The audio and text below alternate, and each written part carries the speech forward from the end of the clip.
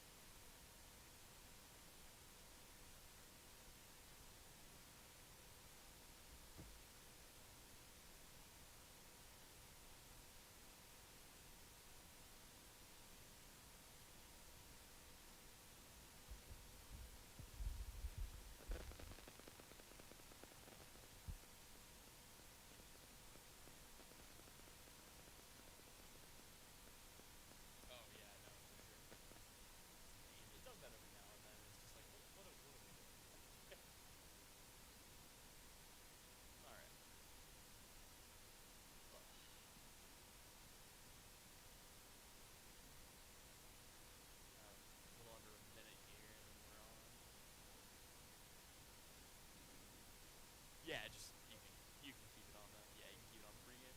Yep.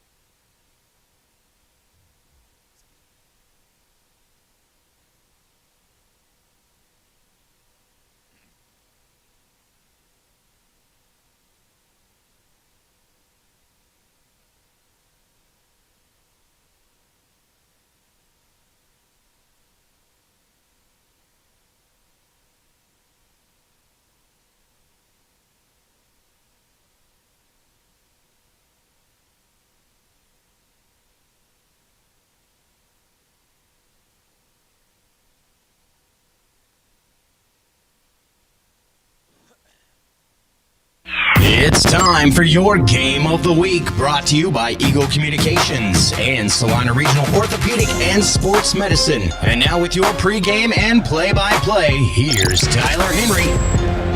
Well, the state of Kansas has given us two gifts tonight. One is some 80-degree weather for some high school football, and the other is what has to be one of the best games happening across the state of Kansas this week as we get set for the regular season finale. It's the Abilene Cowboys coming in at 6-1, and the Wamego Red Raiders coming in at 5-2. Last year's state runner-up against one of the hottest teams in Class 4A, an unstoppable force against an immovable object. We are going to be in for a good one here tonight, and you will not want to miss a second of the action here on our Salina Post Game of the Week, brought to you by Salina Regional Orthopedic and Sports Medicine. We'll step away, but when we come back, we've got conversations with head coach Brad Nix of Abilene and head coach Weston Moody of the Wamego Red Raiders. It's all coming up here on the pregame show, 7 o'clock kick, and we will see you back here then. But again, it is the Salina Regional Game of the Week, and it's right here on the Salina Post Sports Network.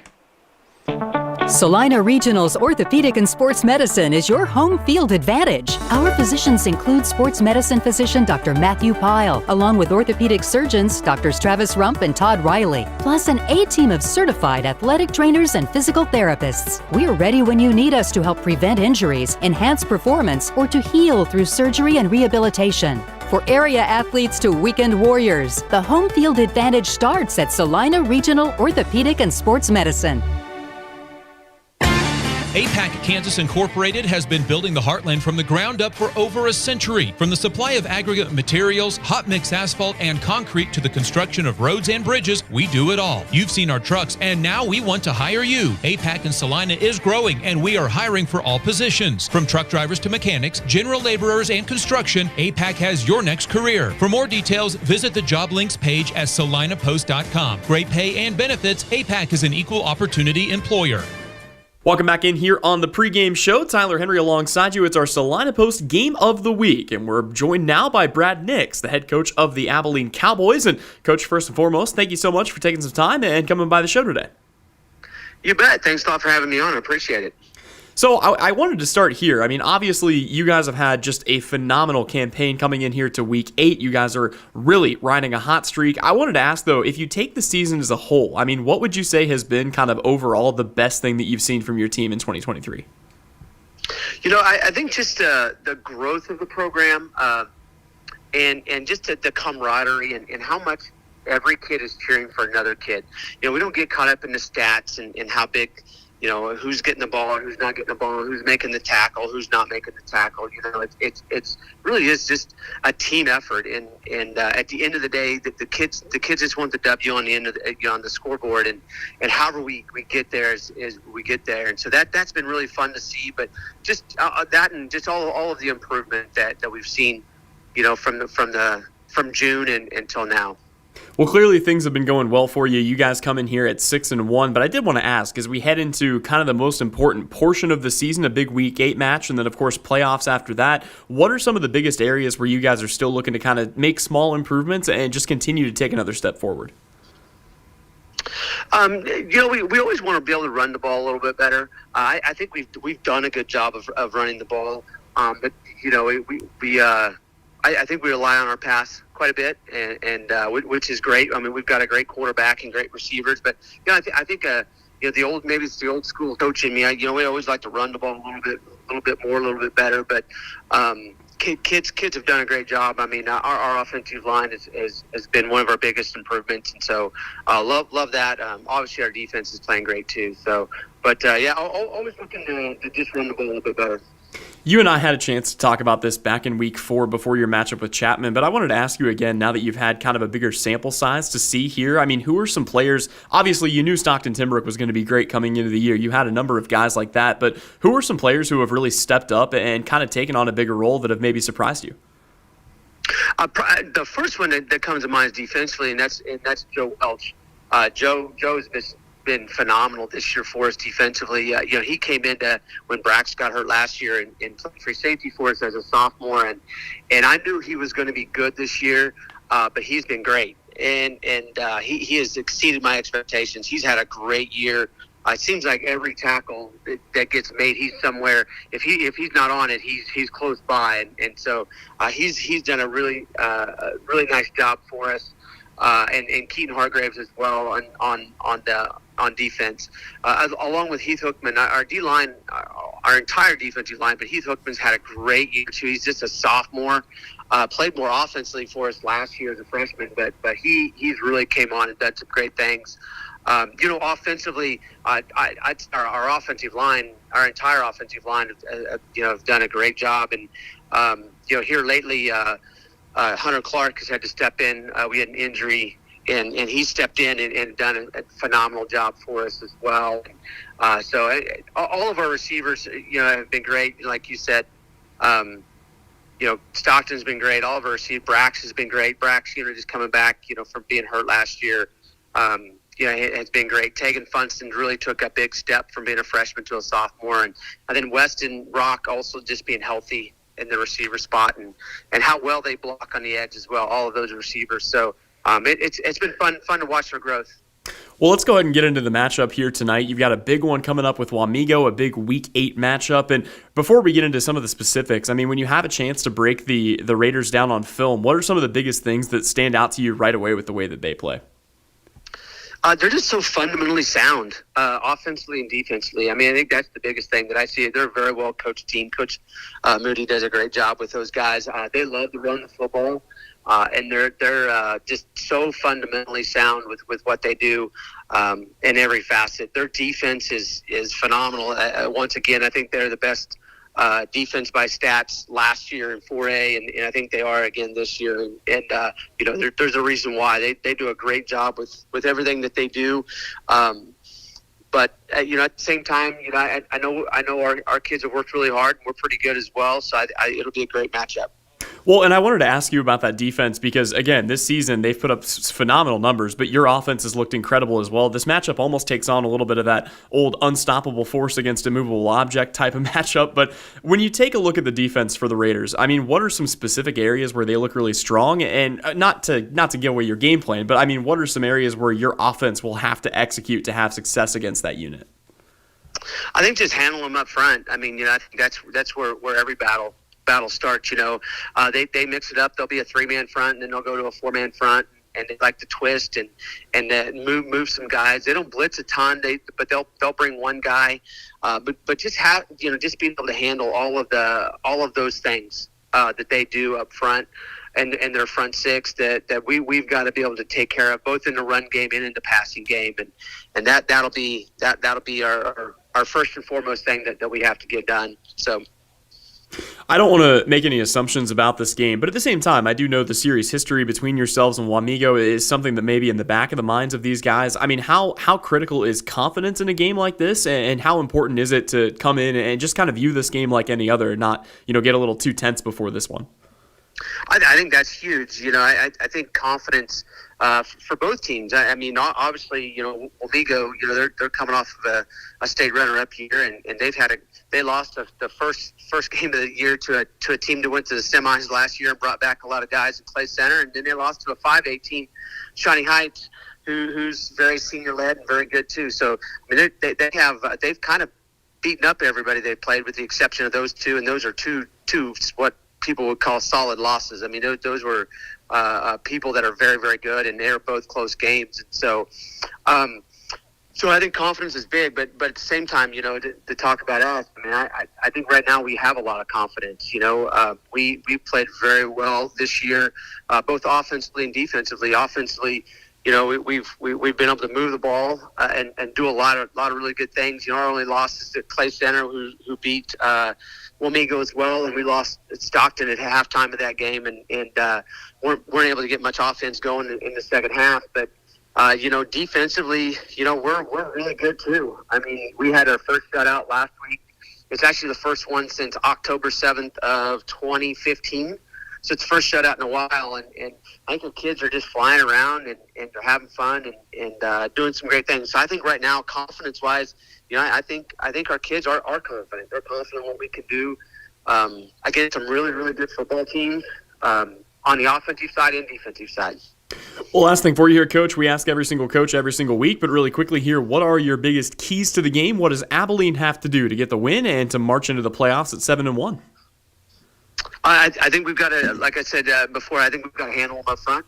I think we've got to win the battle in the trenches, both on the offensive and defensive lines. And if we can do that and then, keep our quarterback upright and so he can, make good passes and do that, I think we'll be in good shape defensively. We've got to be assignment sound, be fundamentally sound, and be ready to tackle.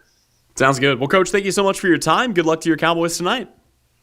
All right, thank you so much. I appreciate it.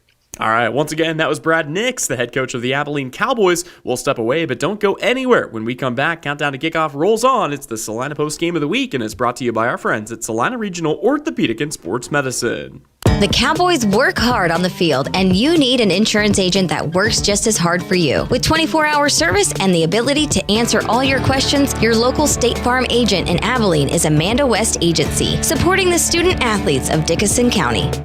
Every harvest season should start with a great deal. Roll into an upgrade today with Firestone Ag Radial Tires. Stop into Don's Tire and Supply in Abilene for $200 off all eligible non-82 tires. Add $300 off all eligible 82 radial tires. Now through September 30th. Save instantly when you buy 2 or more Firestone Ag tires. Deals like this don't happen very often, so head into Don's Tire and Supply to take full advantage of Go Harvest rewards. Terms, conditions, and limitations apply. For full details, visit FirestoneAg.com or contact Don's Tire and Supply in Abilene to find out more.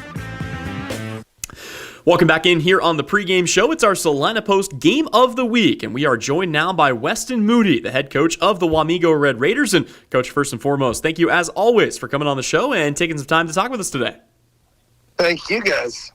So before we get into this matchup, I did want to ask you, obviously your team is coming in here another fantastic season, 6-2 at this point. What overall would you say has been just the best thing that you've seen out of your team here in 2023? Well, we bounced back from some losses. We opened the season, we knew Clay Center was going to be a tough matchup.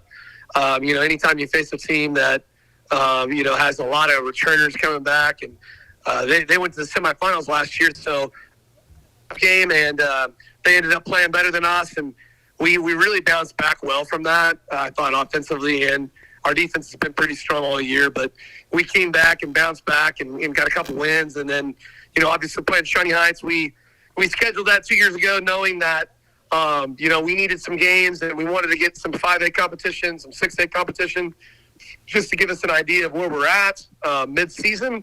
And, we weren't able to come out on top.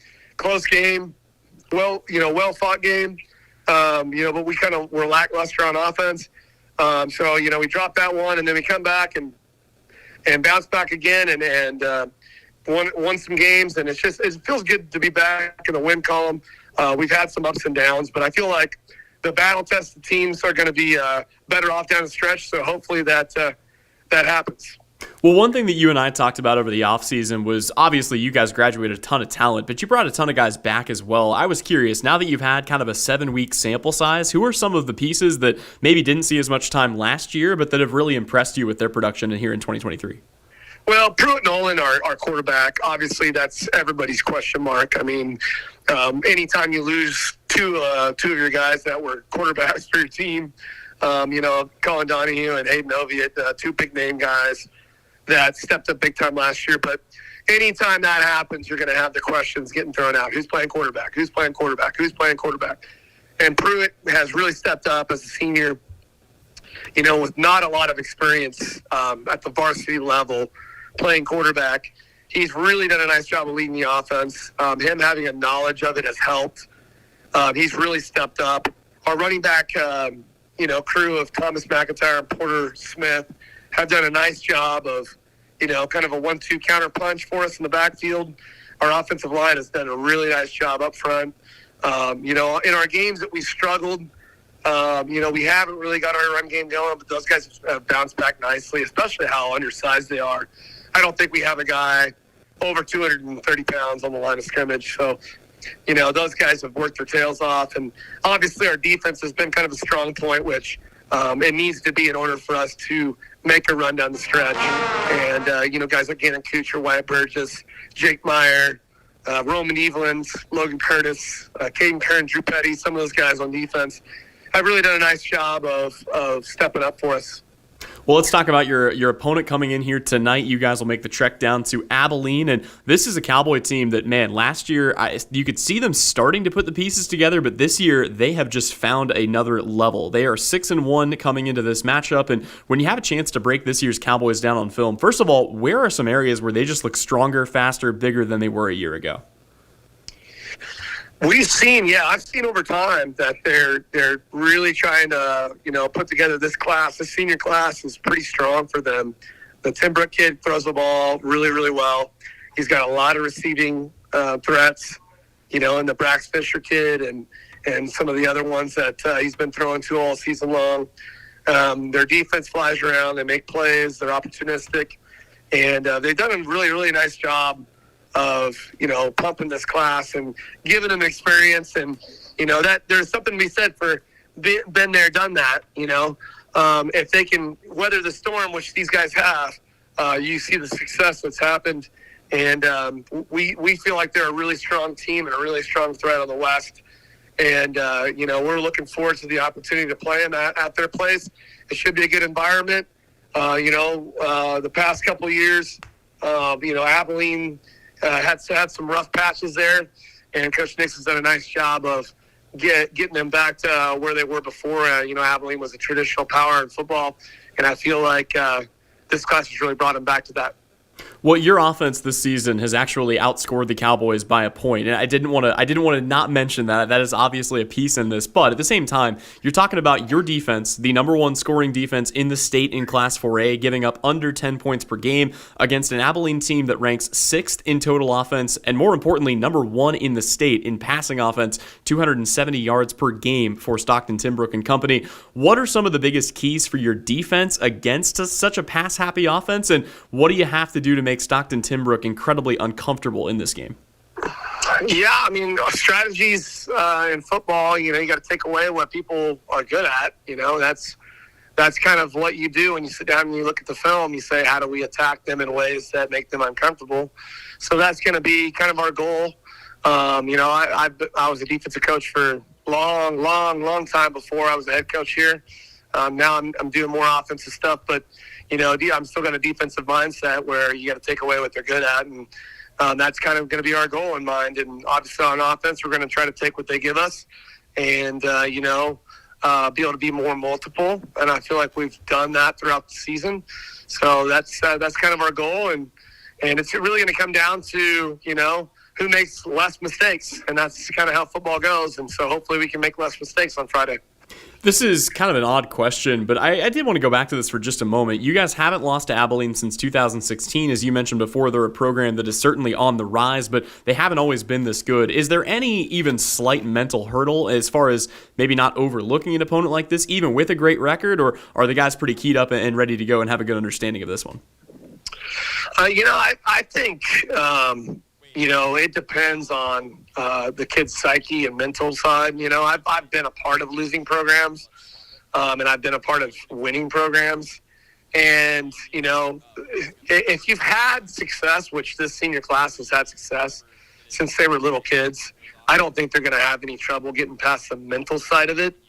It's just, football's it's a very emotional game, and it's a very, it can be a tough mental game. But if you've had success, which this class of seniors at Abilene has had, I don't think it's going to be a hard, and that's why they've had success this year. Is just, they know it's their last journey, and I don't think they look to that. I don't know that for certain, but I've been a part of programs, and I feel like it's the same thing for our guys.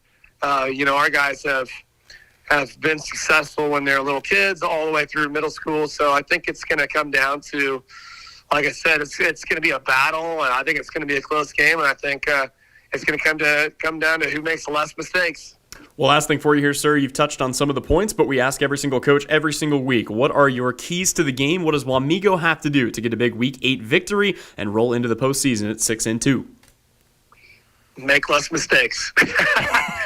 we got to have perfection on our mind, knowing that adversity will inevitably hit, but our job is as one play at a time, and we have one plastered on our jersey. Everybody has number 1 on their jersey, and that reminds us that you gotta take that one play, and you gotta do everything you can with all the focus and effort in that one play. And if we can do that, those mistakes and perfection get closer. Sounds good. Well, Coach, thank you again for your time. Best of luck to your Raiders tonight. Thanks, sir. All right, once again, that was Weston Moody, the head coach of Wamego. We will step away, but when we come back, it's the opening kick. It's our Salina Post game of the week, and it's Abilene and Wamego right here on the Salina Post Sports Network.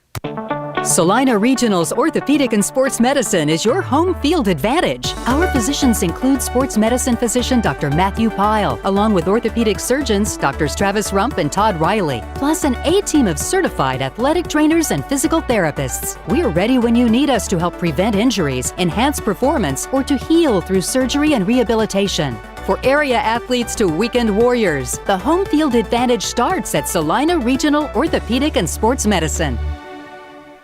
Despite supply chain issues, West Country Mart in Abilene has shelves stocked full of quality products with the largest selection in the area. We also have a full-service meat department serving the absolute best variety of meat with a butcher on hand 7 days a week. Supply chain issues have affected the national chains so much they often have empty shelves. We take pride in stocking the right products with competitive pricing. You can also shop online for parking lot pickup or delivery to your home. Shop with us at West Plaza Country Mart in Abilene.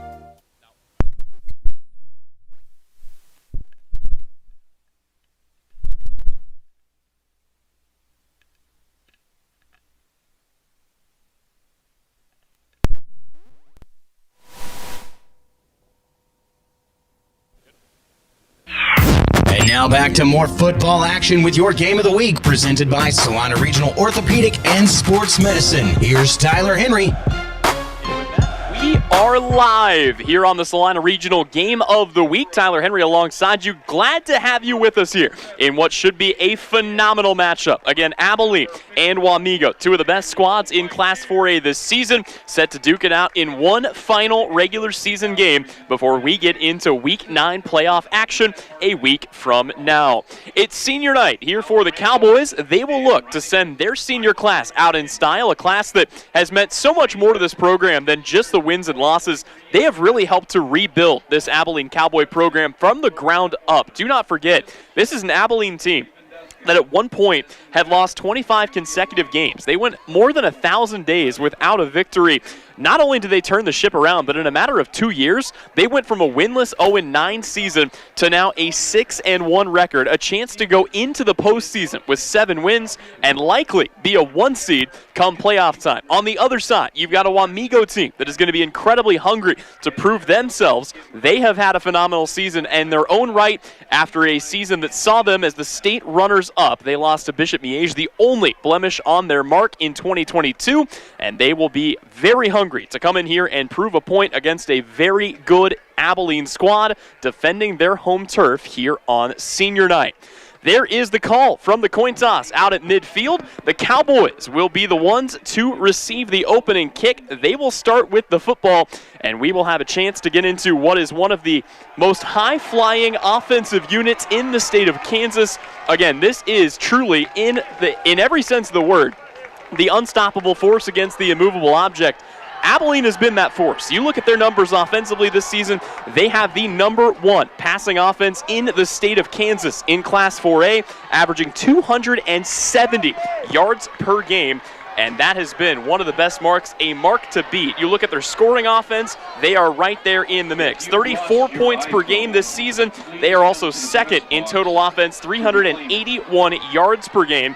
They're going to have to go against a Red Raider unit that marks pretty much first in the state in all categories that matter. Most importantly, in points per game allowed, where the Raiders have held their opponents under 10 points a contest, just 9.6. They have also held their opponents to under 200 yards of total offense per game. So the stage is set, and the only question left remaining is who blinks first and who comes out on top in our Salina Regional Game of the Week. Right now, Wamego's Brody Graber has it teed up. We are just about ready to go. Back deep for Abilene to return. It's Keaton Hargrave and Brax Fisher.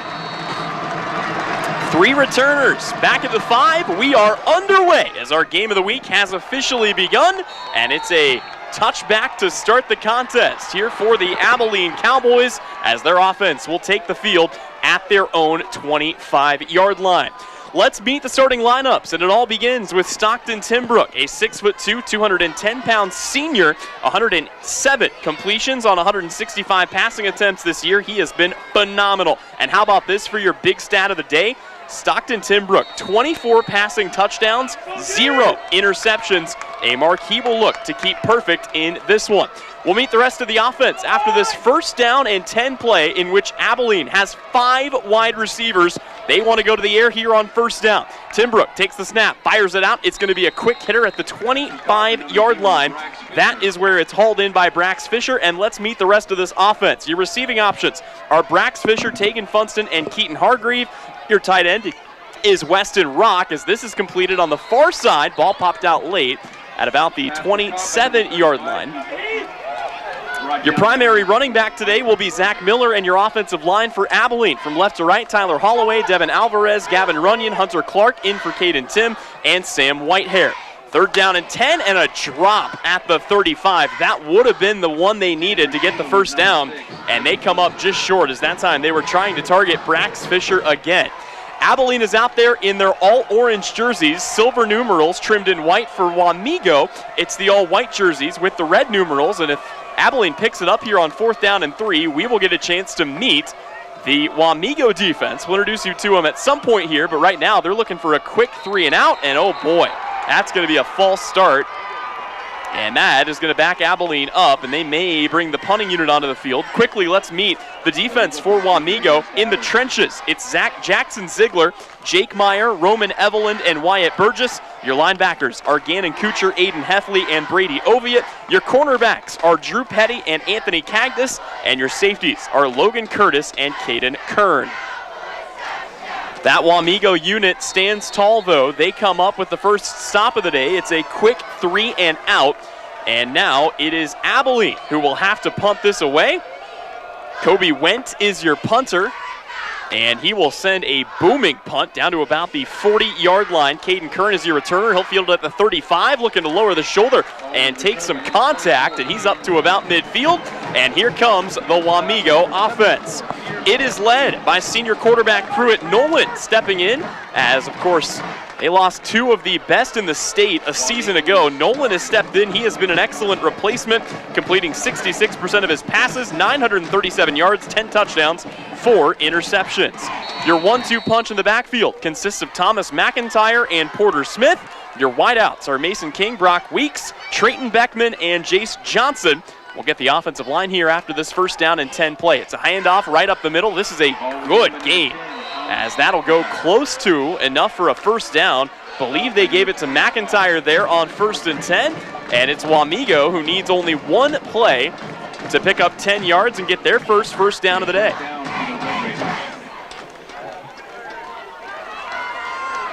So that's big, as McIntyre gets off to a good start. And here on 2nd and 10, or on 1st and 10 again, they will give it to McIntyre, who gets his way up to about the 37-yard line. Again, Wamego out in the all-white jerseys. See Abilene in the all-orange. Quickly for the Abilene defense, a change on the front. Tyler Holloway has stepped in to replace Caden Tim at nose guard. Devin Alvarez is your D tackle. Sam Whitehair and Heath Hookman are your defensive ends. Linebacking core consists of Cash Hargreave, Zach Miller, and Landon Taplin. Your corners, Tegan Funston and Judah Ball. Your safeties are Brax Fisher and Keaton Hargrave, as we've got a ball on the deck. Abilene signaling that they have it. And they do. So the Abilene Cowboys are going to have a chance to capitalize on a massive miscue by Wamego, as they had that run game going here early on. But they cough it up, and Abilene is going to get the ball back right about where they finished the last drive out. That is a dream start for the Cowboys, but now they have got to find a way to crack the code of this offense, or of this defense. And we talked with Coach Nix. He said they'd like to establish the running game, but we saw 5 wide on every single play of that first series. Here, they will bring Zach Miller in as the back in the shotgun set. Stockton Timbrook will start this drive from his own 29-yard line.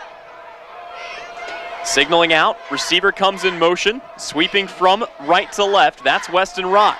Here is a pump fake. Timbrook rolling out, fires this one back across his body. It's incomplete. And Stockton Timbrook is now on the day, 2 for 4, but got to remember, one of those was a drop for Brax Fisher that would have been enough to pick up the first down. That false start penalty also a big issue for Abilene on that first drive, and now it's 2nd down and 10.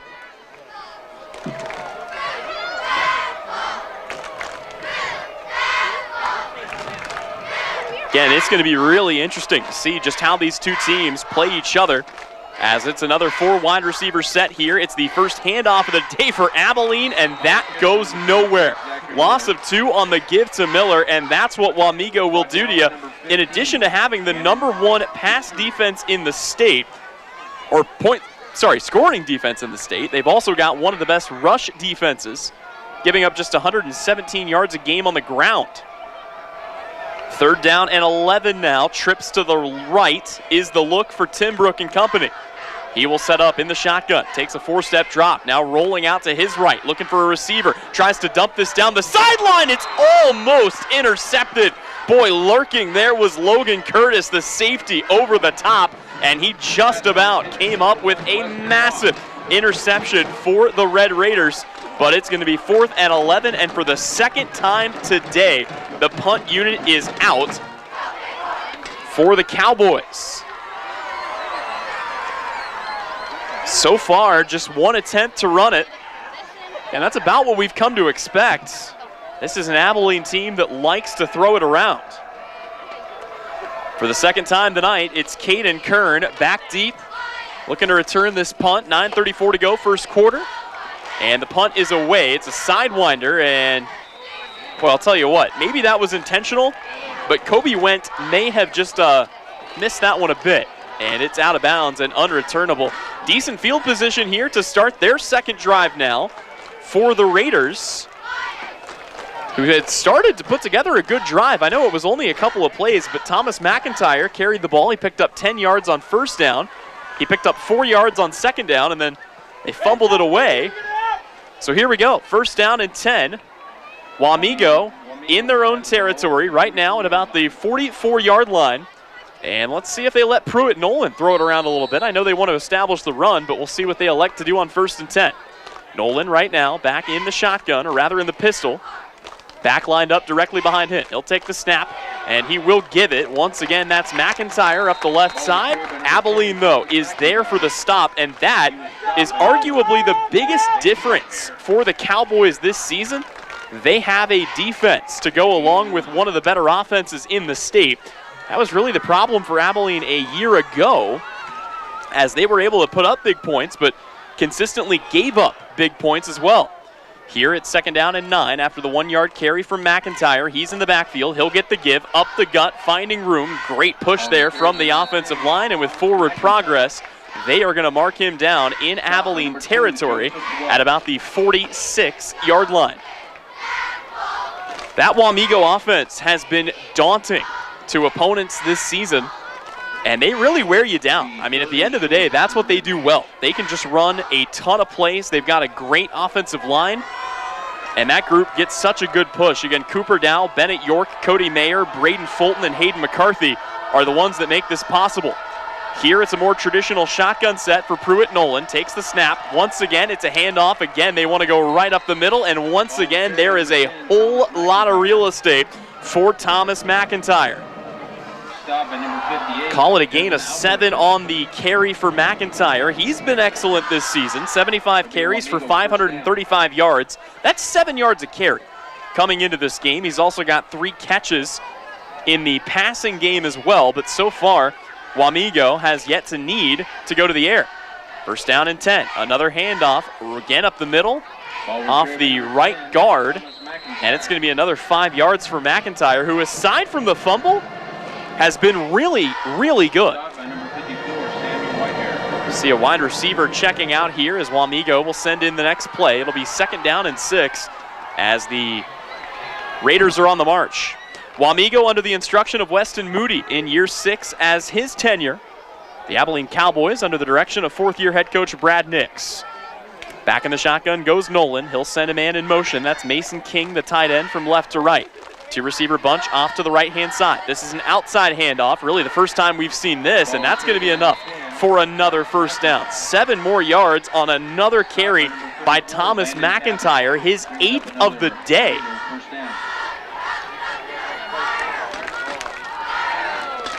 And continuing to just chug along here on the ground are the Raiders.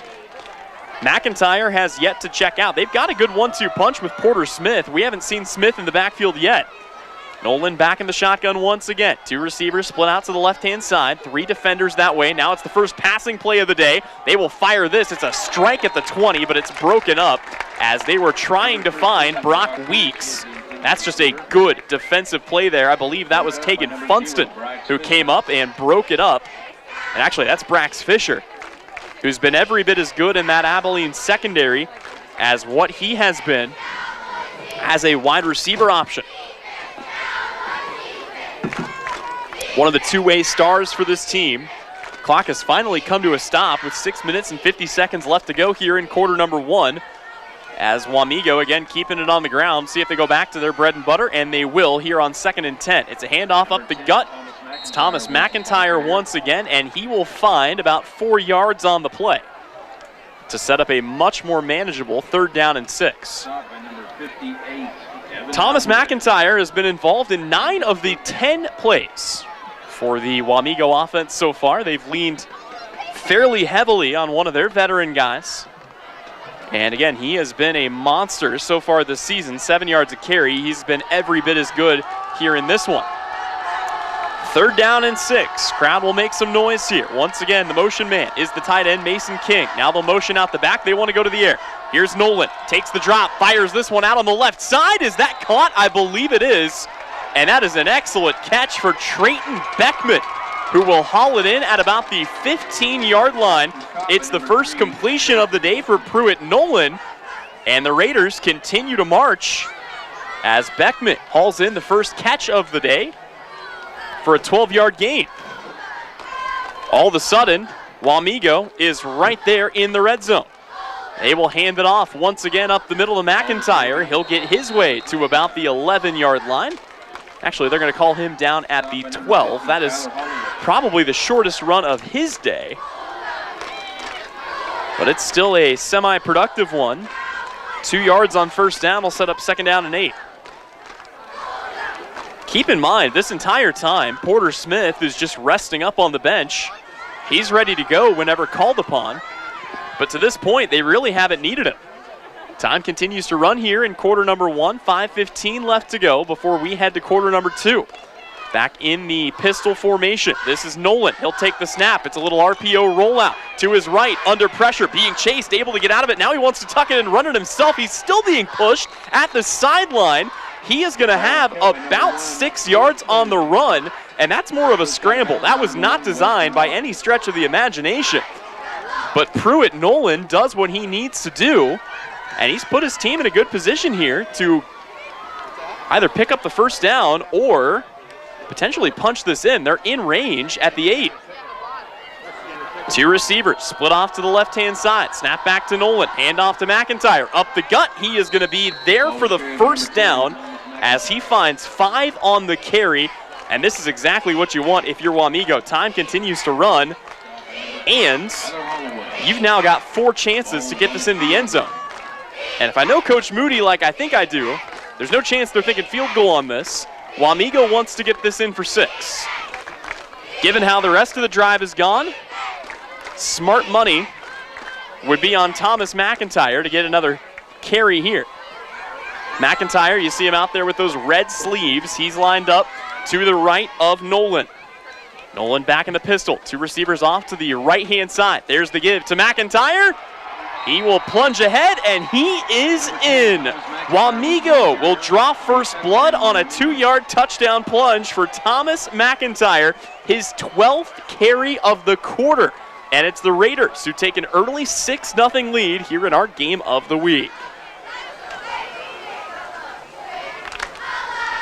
That is just textbook, hard-nosed, power-run football for Wamego.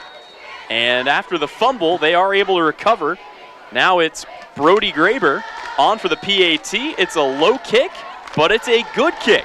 And that will get Wamego up 7 here early on in this one. Still 4:21 to go first quarter, and it's the Raiders with the early lead. It's the Salina Regional Game of the Week here on the Salina Post Sports Network.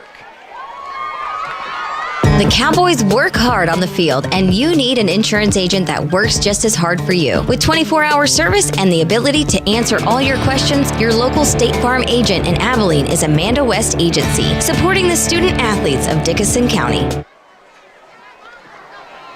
And with that, we are back here awaiting the second kickoff of the day for Wamego.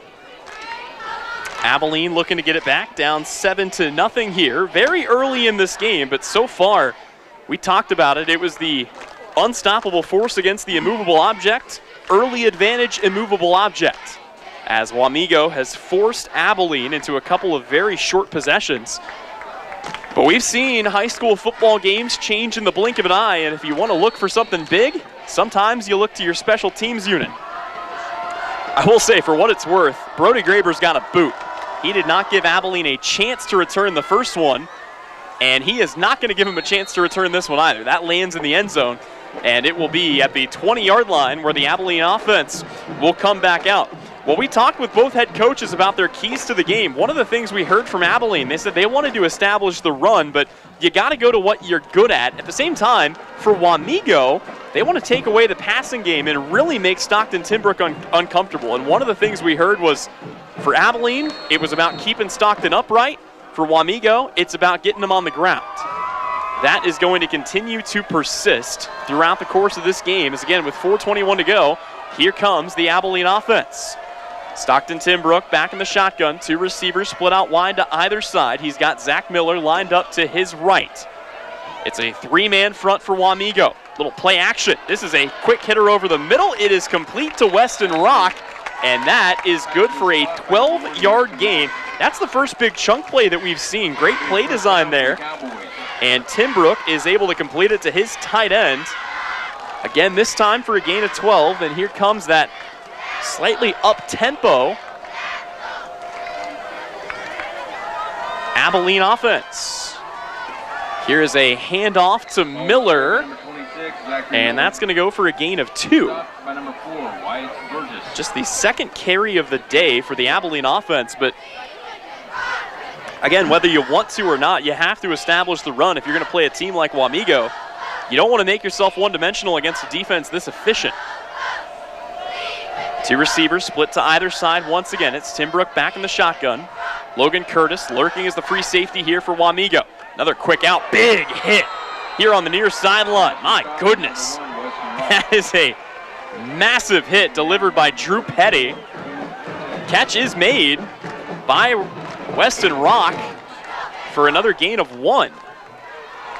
So it doesn't go for a whole lot, but it does make this a 3rd down and 6. And really quickly, if you're familiar with the fireworks scene here in the state of Kansas, you'll know that Wamego is known for its fireworks. Well, they're known for laying the big hits on the football field as well. They wear Boomtown across their jerseys for a reason.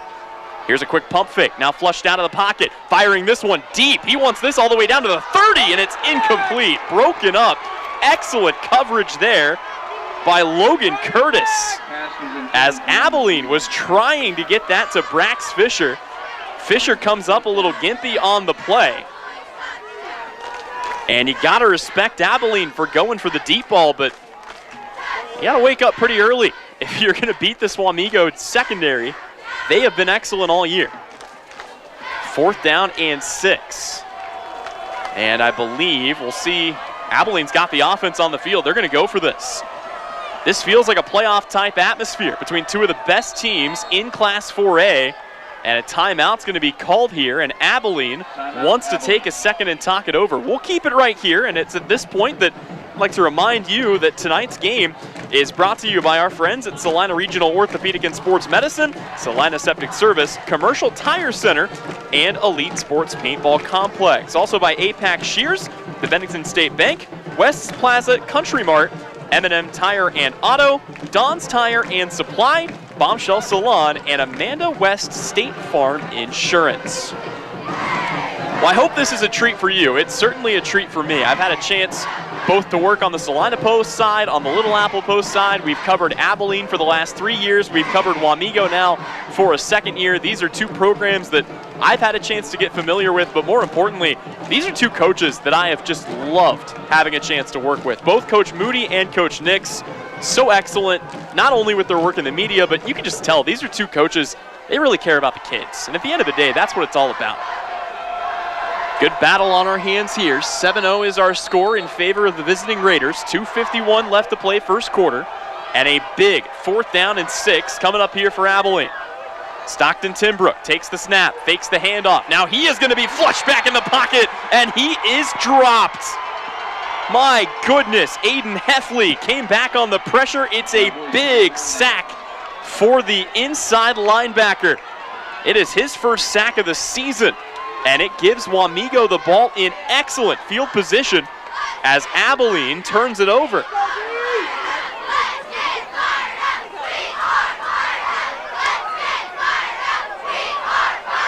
Second quarter looming here. It's going to be it'll go down as a negative 6-yard run for Timbrook. And it, again, puts the Wamego offense back on the field. 1st and 10, handoff McIntyre on the outside, looking to bounce this, now looking for a cutback lane. He'll find plenty of space, and by the time they drag him down, it's another gain of 13 yards for Thomas McIntyre, who just continues to eat.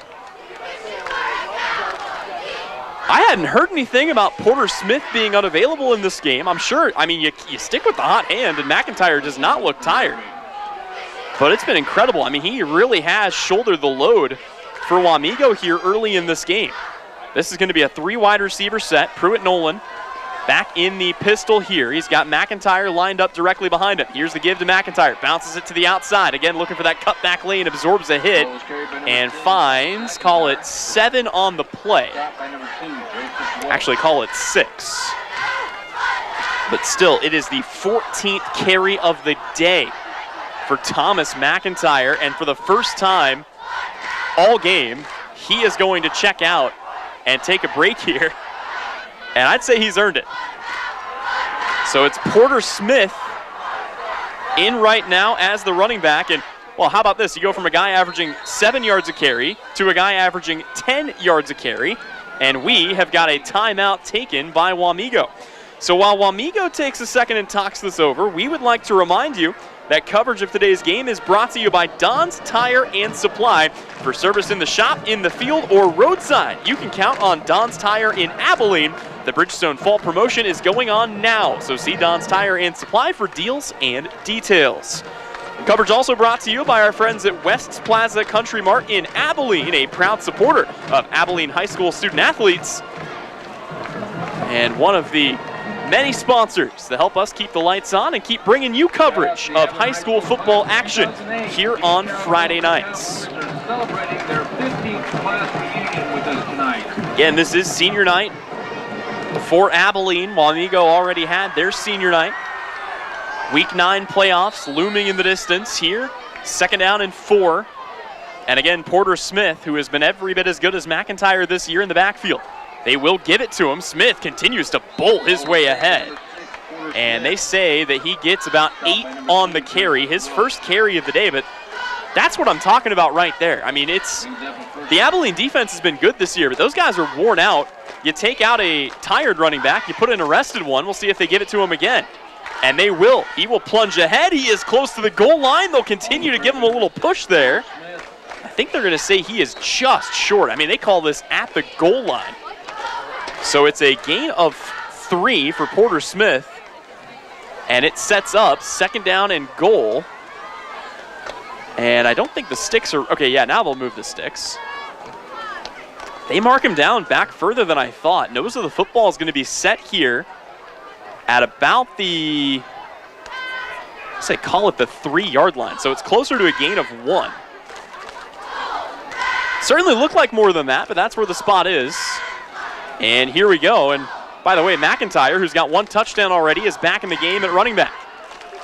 2 receivers motion their way from right to left. Sets up a lot of space on the right side. Here's the handoff. That's McIntyre still on his feet and into the end zone. More power run football and the 2nd touchdown of the day for Thomas McIntyre. And it comes here on his 15th carry of the first half.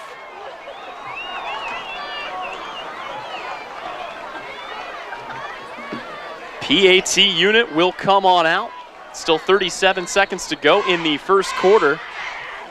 And Wamego right now just looking like the stronger side as the kick is up and the kick is good.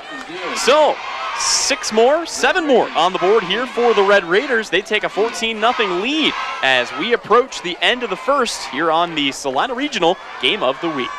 Every harvest season should start with a great deal. Roll into an upgrade today with Firestone Ag Radial Tires. Stop into Don's Tire and Supply in Abilene for $200 off all eligible non-82 tires. Add $300 off all eligible 82 radial tires. Now through September 30th. Save instantly when you buy 2 or more Firestone Ag tires. Deals like this don't happen very often, so head into Don's Tire and Supply to take full advantage of Go Harvest rewards. Terms, conditions, and limitations apply. For full details, visit firestoneag.com or contact in Abilene to find out more. Well, taking a look here at our Marshall Motors scoring drive recap. That drive for the Red Raiders started in their own territory at about the 46 and very quickly turned into another score on the ground, and the second of the day for Thomas McIntyre. Here it's Wamego set to kick this one away. So far 2 touchbacks, and it's looking like we might have a third, and we will. Boy, how about the leg on Brody Graber? You don't see a lot of high school kickers that can put that much behind it. I know there's not a lot of wind today, but any way you slice it, what he's doing is awfully impressive. And Abilene will come back on the field here with their offense, looking to get something going with just 37 seconds remaining here in quarter number 1. Stockton Timbrook and company. Again, they have been a borderline elite offense all season long. They've had no answer for the Wamego defense thus far. Couple of early 3-and-outs, and then a drive that saw them pick up just 1 first down. Here it is a fake toss. They will give it on the reverse, or rather they'll fake it on the reverse. They'll hand it off on the outside, and all of that will result in a Zach Miller carry for about 3 yards. You see just a big push that has been taken by this Wamego front. I mean, Jackson Ziegler, Jake Meyer, Roman Eveland, Wyatt Burgess, that unit has been wreaking havoc up front. Here's another snap back to Timbrook. 5 wideouts. Once again, he'll fire over the middle. He's got an open receiver. That's good for the first down as he'll hook it up with Weston Rock, and they needed that one. It's a 13-yard gain. It's the 6th completion of the day for Stockton Timbrook, and he links it up with one of his favorite targets. That will bring us to the end of the first quarter. Abilene looking to get on the move and put together a scoring drive here. They trail it 14-0 at the end of 1. Back with more here on your Game of the Week, brought to you by Salina Regional Orthopedic and Sports Medicine. The Cowboys work hard on the field, and you need an insurance agent that works just as hard for you. With 24-hour service and the ability to answer all your questions, your local State Farm agent in Abilene is Amanda West Agency, supporting the student athletes of Dickinson County. Every harvest season should start with a great deal. Roll into an upgrade today with Firestone Ag Radial Tires. Stop into Don's Tire and Supply in Abilene for $200 off all eligible non-82 tires. Add $300 off all eligible 82 radial tires. Now through September 30th. Save instantly when you buy 2 or more Firestone Ag tires. Deals like this don't happen very often, so head into Don's Tire and Supply to take full advantage of Go Harvest rewards. Terms, conditions, and limitations apply. For full details, visit firestoneag.com or contact Don's Tire and Supply in Abilene to find out more. And now back to more football action with your Game of the Week, presented by Salina Regional Orthopedic and Sports Medicine. Here's Tyler Henry. And with that, we are back. Again, your Salina Post Game of the Week. Tyler Henry bringing it to you here. 14-0 is the lead for Wamego in what we had hyped up as one of the better matchups in the state. It should still be that. Abilene looking to make it a closer matchup here with 5 receivers for Timbrook, who rolls out to his right, fires this over the middle. It's incomplete. And more excellent coverage on the Wamego side. Boy, you talk about blanket coverage. That's what Wamego has had. They looked for Funston on that play. Logan Curtis was all over him. And there has just simply been not a whole lot through the air. It's been a lot of quick routes when Abilene has had success passing the football today. Again, this is the #1 passing offense in the state of Kansas in Class 4A. Abilene averaging 270 yards through the air. Today, less than 30 through the first quarter. Timbrook once again over the middle. This time links it up. It's a completion. It'll be good for about 6. Pass was caught by number 0. And that is hauled in by Brax Fisher as Timbrook continues to sling it here. On the day, Stockton Timbrook is 7 for 11. Completion percentage has been all right. Got to get it downfield though. 3rd and 5 under pressure. Little sidearm pass incomplete as he was looking. And we got a late flag in the backfield. We'll have to sort this out. He was looking for Keaton Hargrave on the play. This is going to be interesting because the flag was thrown so late, I don't think it was a late hit on the quarterback. And yet, that's exactly what it is. Wow, so roughing the passer on Wamego, their first penalty of the day, is going to gift wrap a first down and some big yardage to the Cowboys here. And that is absolutely massive for this Abilene side. I mean, again, Abilene, they've got just 2 first downs in this game. And that will give them another one as well as a whole lot of yardage. That puts Abilene into Wamego territory for the first time all night. Wamego starting to face a little pressure.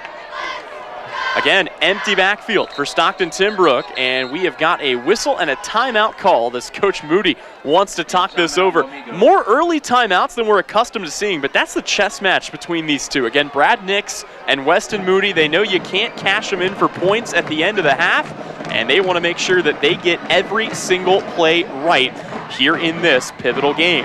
Also gives us a moment to remind you that coverage of today's game is brought to you by Bombshell Salon. At Bombshell Salon and Boutique, our motto is, look like a bombshell, feel like a bombshell. Come see us for your head-to-toe look. Bombshell Salon and Boutique is located at 304 North Broadway in Abilene.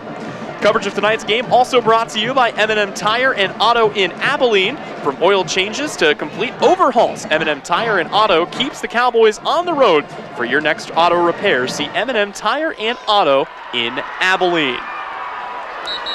Cowboys have done most of their damage through the air. Again, not really just in this game, but throughout the course of the season as well. We've seen a lot of empty sets, and that has allowed Wamego to drop their athletes back into coverage. And there has just not been a whole lot there, but Abilene, you see them start to make adjustments. They're starting to put the pieces together, and I think they understand that they have to stretch the field side to side here. And that's what they're doing as Timbrook rolls out to his right. He'll fire this, and it's incomplete as he sails that well over the head of Weston Rock, and that brings up 2nd down and 10. The other big thing when you play a team as big and as physical and as imposing as Wamego, you got to chip away at it. And what I mean by that is you can't put yourself in positions where you're looking at 3rd and 10, where you're looking at 3rd and 12. Sometimes it's about those little 4 or 5 yard gains just to get yourself in more manageable positions. You got a whole lot more plays in your playbook for 3rd and 5 than you do for 3rd and 10. Here, it's a 2nd down and 10. It's Timbrook in an empty set. He'll take the snap, rolling out. He's under some pressure, and I think just wanted to throw that away as he had a free runner coming right at him. Normally when that happens, it's because you've got a screener that you're going to throw the ball to, but there was nobody there, and elected to make a business decision and throw that away. But it sets up exactly what I was talking about. It's 3rd down and 10. And now, if you're Abilene, you got to go vertical. Last time it was 3rd and long. Abilene took a deep shot. You just need something in that 10 to 15 yard range here. Maybe even look for somebody to pick something up after the catch. They will bring in Zach Miller as Timbrook rolls out to his right once again. Fires this across his body. He's got a receiver. It's going to be caught for a gain of about 14. And that's Brax Fisher, the leading receiver on the team. That is his first big catch of the day, his 3rd completion, but his first of over 10 yards, and all of a sudden Abilene's in business. This Wamego defense has been bend not break, but this is the chess match we came to see, and it's lived up to the hype. Cowboys have a 3-receiver bunch off to the right-hand side. They will give this to Zach Miller. There's a whole lot of room up the middle, and Miller dives ahead for a gain of 5 here on just his 4th carry of the day. But that's the great thing. When you throw the ball as much as Abilene does, Wamego's got everybody spread out. There is a whole lot of real estate up the middle, and you see Abilene take advantage of it there. They're going to call it a 4-yard gain. 2nd down and 6 coming up here. Miller will line up directly behind Timbrook, now in more of a pistol set. He'll get the handoff again, and this time Wamego is all over it. May have gotten a yard on the play, if that, and certainly no more, as it will bring up a 3rd down and 6. And yeah, they're going to say no gain on the play. Each side has had 1 penalty so far. One turnover. It was on the Raider offense. Big 3rd down and 6 coming up here for Timbrook. 2 receivers split off to the left-hand side, 2 off to the right. Zach Miller lined up as the back now in the shotgun set. Here's the snap back to Timbrook. He's looking out to his right. It's another quick hitter, and it's going to be hauled in. And that's going to be good for a 1st down. That's Brax Fisher who makes the catch. Give him 7 on the play. And the Cowboys continue to put together what has been easily their best drive of the day. Don't forget, they were held to a quick 3 and out on each of their first couple possessions. But since then, they've really figured it out. And a lot of that has just been quick hitting routes that Wamego can't cover with that zone defense. Wamego manning them up now. It's a 3-receiver bunch off to the left-hand side again for Timbrook. He'll take the snap, looking out to his left. First real screen we've seen all day, and boy, that goes nowhere. My goodness. Brax Fisher is the one who makes the catch. But Drew Petty came in and just shot the legs of Fisher, and he just couldn't go anywhere. Petty's the guy you expect to be kind of not unblocked, but I mean, that's just an athletic play by the Wamego cornerback. And it sets up a 2nd down and 10. Does still go down as another completion here for Timbrook. Here's a toss on the outside and tripped up. Well, we got a flag here. I'll be interested to see what it's on. That was a great tackle, I thought, by Aiden Heffley, who has left his mark on this game. And this is going to be a hold against Abilene, and that's going to back him up. Actually, a block in the back against Abilene. So it would have gone for no gain. Instead, they are going to back Abilene up. It's their 2nd penalty of the day. Been a pretty clean game so far for the most part. But that's going to move Abilene out of the red zone.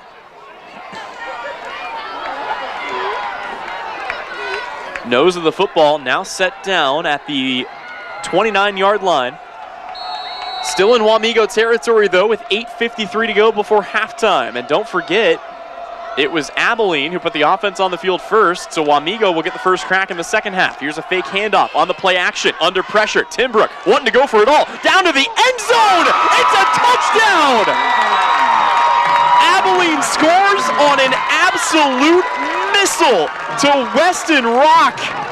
And it's the Cowboys who cut the lead down to 1 possession. What a throw, what a catch, and what a connection as the Cowboys find their way onto the board. My goodness.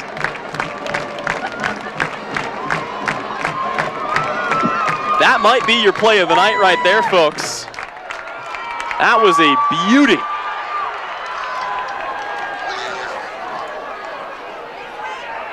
Abilene lining up for the PAT. The kick is on the way, and the kick is good. We've got a ball game on our hands here on the Salina Post Game of the Week. Back with more on the other side when we return here on, again, the Salina Post Game of the Week on the Salina Post Sports Network. Salina Regional's Orthopedic and Sports Medicine is your home field advantage. Our physicians include sports medicine physician Dr. Matthew Pyle, along with orthopedic surgeons Drs. Travis Rump and Todd Riley, plus an A-team of certified athletic trainers and physical therapists. We're ready when you need us to help prevent injuries, enhance performance, or to heal through surgery and rehabilitation. For area athletes to weekend warriors, the home field advantage starts at Salina Regional Orthopedic and Sports Medicine. Welcome back in here to what has to be one of, if not the most beautiful facility for high school football in the state of Kansas. 4A, 5A, 6A, I don't care. This place is stunning. And we have seen, I'll tell you, I've been broadcasting high school football for probably 5 or 6 years now. You don't see places like this very often. What Abilene has built here is something special. And it's not just for the kids, it's for the fans, it's for the community. And it really is, I mean, just a sight to behold. Cowboys on the board on a 29-yard touchdown connection from Stockton Timbrook to Weston Rock. I am 99.9% sure that was Weston Rock. The jerseys for Abilene, they've got kind of a metallic silver numeral. It's tough to see from this range, but I don't think the binoculars have failed me just yet. So Abilene will kick this one away. This will be returnable for Wamego. They'll field it right now at their own 15-yard line, looking for a little bit of space. Now a cutback lane, now across midfield, still looking for room. 2 more guys left to beat. Wrapped up and tackled from behind. The football comes out, and it's not out before it rolls out of bounds. Boy, what a return that was for Thomas McIntyre, who has done everything for Wamego in this game. Again, you look at his numbers so far in this one, 15 carries. He's got to be approaching 70 yards. 2 touchdowns already, and now a monstrous kick return to set the Raiders up in excellent field position here in Abilene territory at the 38-yard line. Pruitt, Nolan, and company back on the field here. They've scored on each of their last 2 drives. The only drive they didn't score on was the one where they fumbled it away. Right back to the ground here, and a big push and a big gain. That'll be close to enough for the first. I think they're going to call it just short, but Porter Smith picks up right where McIntyre left off. It's a 9-yard gain. I mentioned earlier that Porter Smith is averaging 10 yards a carry. That is not in a small sample size. How about 52 carries for 520 yards and 7 touchdowns coming into this game? I mean, this 1-2 punch of McIntyre and Smith, it's tough to stop. Got to give all the credit, or a lot of the credit, to the offensive line. Those guys get overlooked too much. Now it's McIntyre back in as the back. Here's the handoff to him, up the gut. That'll be enough for the first down and change, as Thomas McIntyre will collect another 4 yards here on his 16th carry of the day.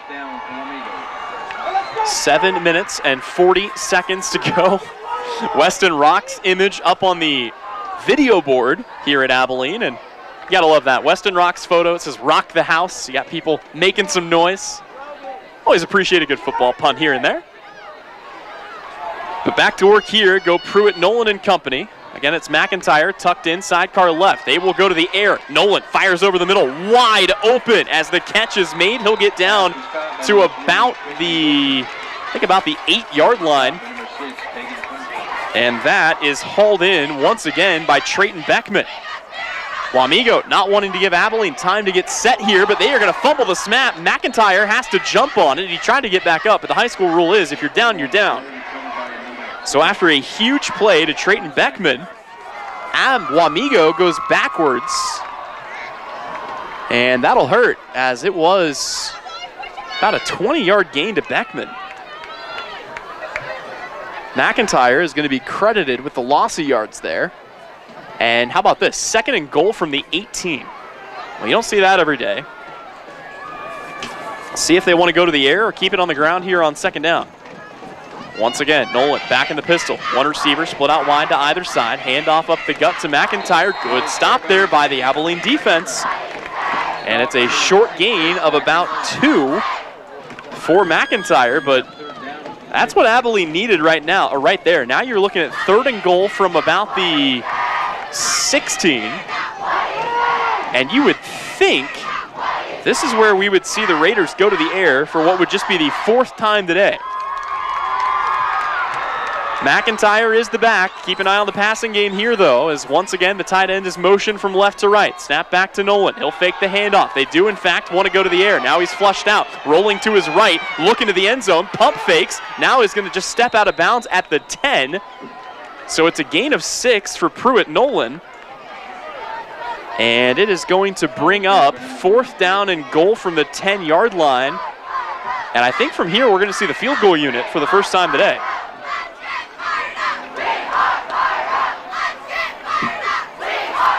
You don't see high school kickers attempt many kicks, period. But a lot of faith, and rightfully so, has been placed in Brody Graber, who is going to try here a 28-yarder. Wamego already up 14-7, and I believe a false start is going to be called on the Raiders, and this will back up the try. I believe they're still going to try it. And they will. It's just going to back him up 5 more yards. We saw Brody Graber in warm-ups. We've seen him on kickoffs. I mean, the kid has got the leg to get it there. Question is, can you split the wickets and get your team up by 2 possessions? Here is the snap. The hold is there. The kick is on its way, and the kick is good. How about that?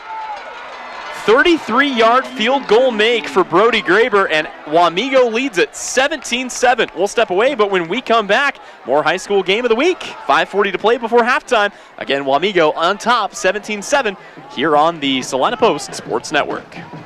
Despite supply chain issues, West Country Mart in Abilene has shelves stocked full of quality products with the largest selection in the area. We also have a full-service meat department serving the absolute best variety of meat with a butcher on hand 7 days a week. Supply chain issues have affected the national chains so much they often have empty shelves. We take pride in stocking the right products with competitive pricing. You can also shop online for parking lot pickup or delivery to your home. Shop with us at West Plaza Country Mart in Abilene. 23-yarder knocked through by Brody Graber, and it gives Wamego a 17-7 lead here on our Salina Post Game of the Week. Again, a reminder, at the half, we will take a look around at plenty of other scores going on in the area on our Salina Surgical Hospital area scoreboard. Again, that halftime stats, plenty more good stuff coming up when we return. But first, 5:40 to go here in the opening half, and boy, just swallowed up at the 12-yard line. That was going absolutely nowhere as they tried to get a big return there for Brax Fisher, but just not enough blocking in front, and it's going to be Abilene who takes over here, backed up pretty deep in their own territory, but we know this offense. It's capable of moving quickly. Stockton Timbrook's looked awfully good today. He's completed 10 of 16, and he has heavily, and I mean heavily, targeted his two biggest receivers, Brax Fisher and Weston Rock. No one else has hauled one in yet today. So here we go. Shotgun set on first down and 10. Timbrook will line it up. He will have Zach Miller lined up in his left hip pocket. Two receivers split off line to either side. First and 10. They'll throw a little naked screen out on the right side. That's caught in the flat. And it's going to be a gain of 4 as Weston Rock has his 5th catch of the day. Aiden Heffley there on the tackle after the gain of 5. But again, those have been the two big targets. I'd expect Tegan Funston to get involved at some point or another here, as he has made an impact for this team, but has been held in check so far today. Here is a deep drop. There was a little late blocking going on there, and yeah, just going to wisely throw that away as Timbrook, who is knocked down in the backfield. That was good play design, and you see, I mean, he looks very frustrated. He's talking to the official. Coach Nix is also talking to the official. I believe the offensive coordinator is also talking to the official. And I know exactly what they're talking about, because that time, that play design is for Weston Rock to cut it back upfield and run deep. And normally, you've only got 5 yards of padding that you can block if you're a high school cornerback. And I'm going to be honest, folks, Wamego got away with one there. But it's a high school level. These things are going to happen. And it's not about what happens, it's about what are you going to do about it. So now it's Abilene trying to do something about it, and it's going to be incomplete as that one was thrown behind Weston Rock, and now it's 4th down and 6, and a decision to be made, and I think it's the right one, as Abilene will put the punting unit on the field. With just under 5 minutes to go, you do not want to give Wamego this kind of field position should you fail to pick it up on 4th and 5.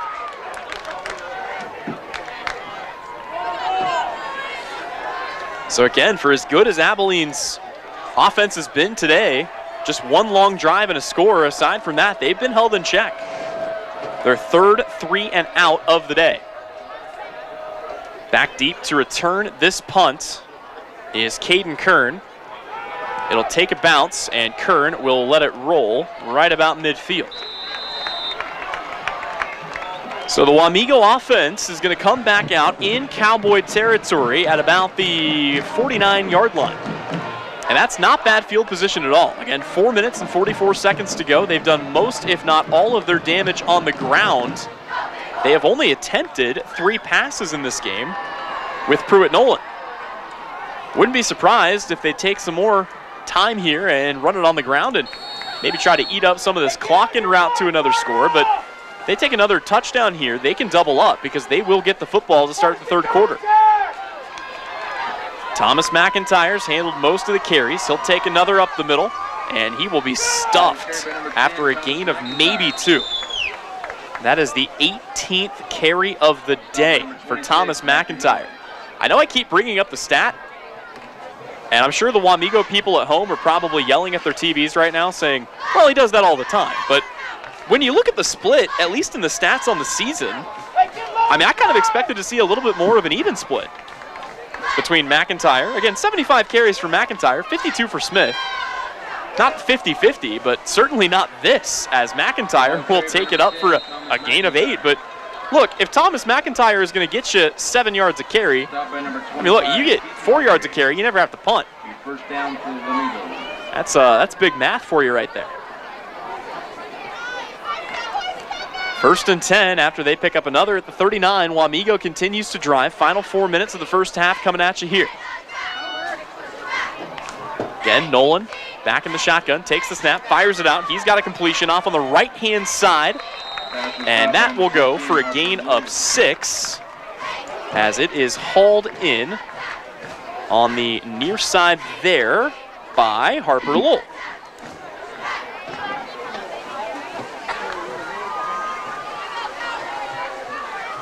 First catch of the day for Harper Lowell. Again, good for a gain of 6, sets up 2nd down and 4. Handoff McIntyre, left side. He's got some space this time around. Now he's looking to cut it back. He is going to break free, and it's a touchdown for Thomas McIntyre, his 3rd of the day. And this one comes from 34 yards out. Thomas McIntyre, take a bow. He has been absolutely electric. First 2 touchdowns of the day for Thomas McIntyre came from just 2 yards out. That one again from 34. And Wamego, still 3:13 left, will send out the PAT unit. The kick is up, and the kick is good. Well, the Raiders really making a statement here in the first half. They lead 24-7 here on the Salina Regional Game of the Week.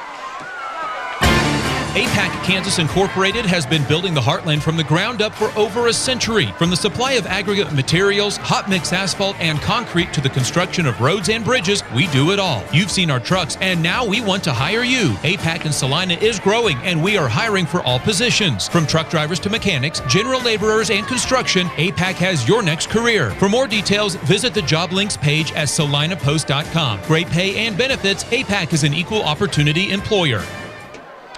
Back here on the campus of Abilene High School, a commanding 24-7 lead for the Wamego Red Raiders. And Abilene, I mean, again, it's not that they rely on winning shootouts. Let's not forget, this Abilene defense has been excellent this year. They hold opponents to the 3rd fewest points per game in the state in 4A, just 11.3. That's not that much worse than where Wamego's sitting as the number 1 defense. Only about 4 to 5 points off, but that Wamego running game has just looked borderline unstoppable in this game, and it has really been the difference between these two teams as this catch is made on the kickoff. A short kick that will give Abilene one last crack at it with 3:09 left to go before half. The one downside, if you're Abilene, to passing the ball as much as they do, you throw those incompletions, it stops the clock. You don't waste any time. And Wamego, I'm sure, is licking their chops at the prospect of maybe getting the ball one more time before halftime. Haven't really seen Pruitt Nolan sling it all that much, but he hasn't had to. He's just 3 for 4 on the day. See if Abilene has a lightning strike in him here as they will fake the handoff. Now they will give it. That's Zach up the middle. And Zach Miller has his biggest carry of the day. That's good for 11 yards. And it will continue to run the clock with 3:02, but it's the kind of play that Abilene needed to start this drive. Let's see if they can continue moving it. As, yeah, our PA announcer got duped the same way I almost did, as the chains did not move, but the officials did signal for it. So it is 1st and 10. Tim Brook back in the gun, takes the snap, pitches it out on the left side to Miller, and he will get his way ahead for about 4 yards.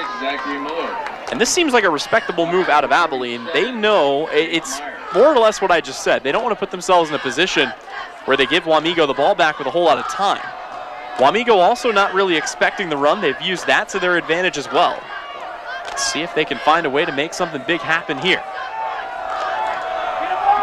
2:25 left to go here before halftime. Timbrook drops back, now on a rollout to the right-hand side. He's got two men chasing him. He is going to tuck it and run, and he's got the first down. That's exactly what you want.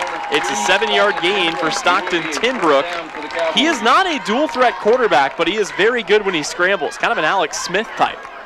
Although that may be disrespectful to Timbrook given how good his arm is.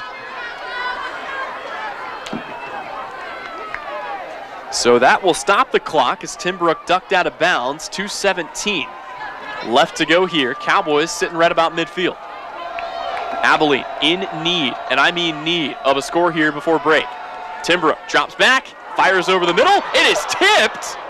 Boy, that one hung up in the air a couple of times. We got flags in from all over the place, as a couple of different Wamego defenders had a chance to intercept that ball, but let's wait and see what the call is going to be here. As our white hat will relay it to us. And it's pass interference, and it's on Wamego. So that is just the second penalty of the day on Wamego, but they've both been big ones. Each of their penalties has gifted Abilene a whole lot of yardage and a free first down. And that's massive. It's now at the 35. All of a sudden, Abilene is in scoring territory. We know this offense is capable of getting the ball in the end zone from here. Obviously, they've got plenty of time left with 2:14 to go. They're not looking for it all in one go, but capable of it is all I'm saying. Trio of receivers split out to the left-hand side. Timbrook takes the snap. Now he's rolling out to his left where those receivers are. Fires it back across. It's almost intercepted. Boy, that one probably should have been picked when all is said and done. And you saw the good hands there by Andrew Couchman, the senior DB for the Raiders. Almost came up with it, but instead it's just an incompletion. Timbrook continuing to shoulder the load here, as he has, again, 10 completions on 19 attempts. Here's Timbrook down the sideline. That is going to be hauled in. Was he in bounds? They say he was. Boy, how about that? Ball was caught by number 25, Keaton Hargrave. Nifty little play on the far side of the field. And I think that was Tegan Funston who hauled it in. His first catch of the day. All of a sudden, Abilene is in striking distance here. They're well inside the red zone. Nose of the football set down at the 15-yard line. Abilene looking for much-needed points. Final 2 minutes here in quarter number 2. Handoff, Miller up the middle, still on his feet, and he'll get up to about the 7-yard line. So it's another big run for Zach Miller. Call it a gain of 7. Abilene can still pick up the first down before they get in the end zone, but let's not forget, they are, I wouldn't say short on time, still a minute 45. We'll see what they want to do here on 2nd down and 3. Whole lot of guys running around trying to get set. Timbrook's got Miller lined up sidecar right. Lone receiver split off to the right-hand side. Trio of receivers split wide to the left. Here is the snap. They will hand this off. This is Miller looking for space. He's going to be plastered at the 5. They say actually at the 6. So it sets up 3rd down and 1. And as I alluded to a moment ago, Abilene can still get the first down without scoring. If they get up to the 5, they get 4 more shots at it. I believe they still have 2 timeouts. Cowboys back in the gun here. 2 receivers off to the right-hand side. Receiver and a tight end off on the left-hand side. Miller lined up to the left of Timbrook. They will fake it to him here. Now a back shoulder fade to the end zone. It's incomplete. Looking that time for Brax Fisher. We've seen him moss defenders in that area before, but there were 2 Raiders just all over him, and there was no chance that he was going to bring that in. Now it's 4th down and 1. If you're Abilene, you've got a timeout left in your pocket. You got to pick this up. And this looks like a running type formation as they spread everybody out, but I wouldn't be surprised. Yeah, there we go. They run the sneak, and he's going to be awfully close. I think he got it. Pretty sure he got it. Keith Hookman comes in on the carry, and they get it. So Hookman picks up the first down. It's just a 2-yard gain. It's all they need. And here we go. Final 30 seconds of the first half. First down and goal from the 5. Timbrook takes it on a rollout to the right-hand side. He will fire this back across his body. It's incomplete. He may have been fortunate that that did not get intercepted, as once again you've got Wamego defenders just all over it. And is it you, is it me? Oh, you gotta be kidding me, not now.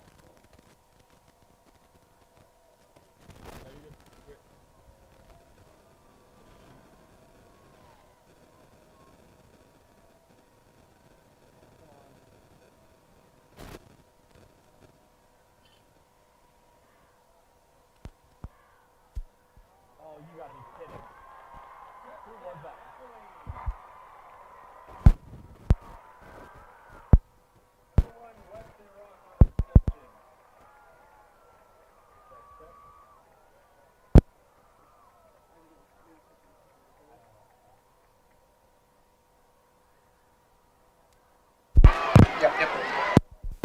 Hold up. We'll talk about bad timing for a technical error. Abilene pulls it off. They do score the touchdown. Apologies, we'll fix this audio here in just a moment. Touchdown is there. PAT is there, and our apologies as our soundboard just shut off. Dead in the middle of the play. Abilene, though, gets the score. It's Weston Rock who hauls it in from 5 yards out. And Abilene gets back on it with 20 seconds to go here in the opening half. And we will go ahead and keep it right here and get everything caught up. As for Timbrook, that was his 20th attempt. It was his 12th completion, his 6th of the day to Weston Rock, and it goes for a 5-yard touchdown. And I'll tell you what, this game, it's lived up to the expectations. Likely going to go into the halftime break as just a 2-score game. Wamego has looked like the stronger side. There's no question about that. But Abilene needed those points. And when they needed them most, they found a way to come up with them. So you tip your cap to the Cowboys. They get the job done. They'll have a big stop to make on the other side of the halftime break. And as a reminder, we will have coverage at halftime. We'll take a look around at our area scoreboard presented by Salina Surgical Hospital. Among other things, get you caught up on halftime stats. Again, sorry for that. That's the first time. I mean, we've been doing this for 8 weeks. First massive failure in the middle of a game that we've had. But again, a great touchdown, a great ball from Timbrook, hauled in the end zone. And Abilene is wisely going to squib this, and I don't blame them. You don't want to even give Wamego the chance of entertaining a return. We'll see if Wamego wants to go for a kneel down here or if they want to take a shot. Or maybe just keep it on the ground. But I wouldn't be surprised if we see the Raiders play this conservative. You've got a 10-point lead. Don't need to do anything crazy.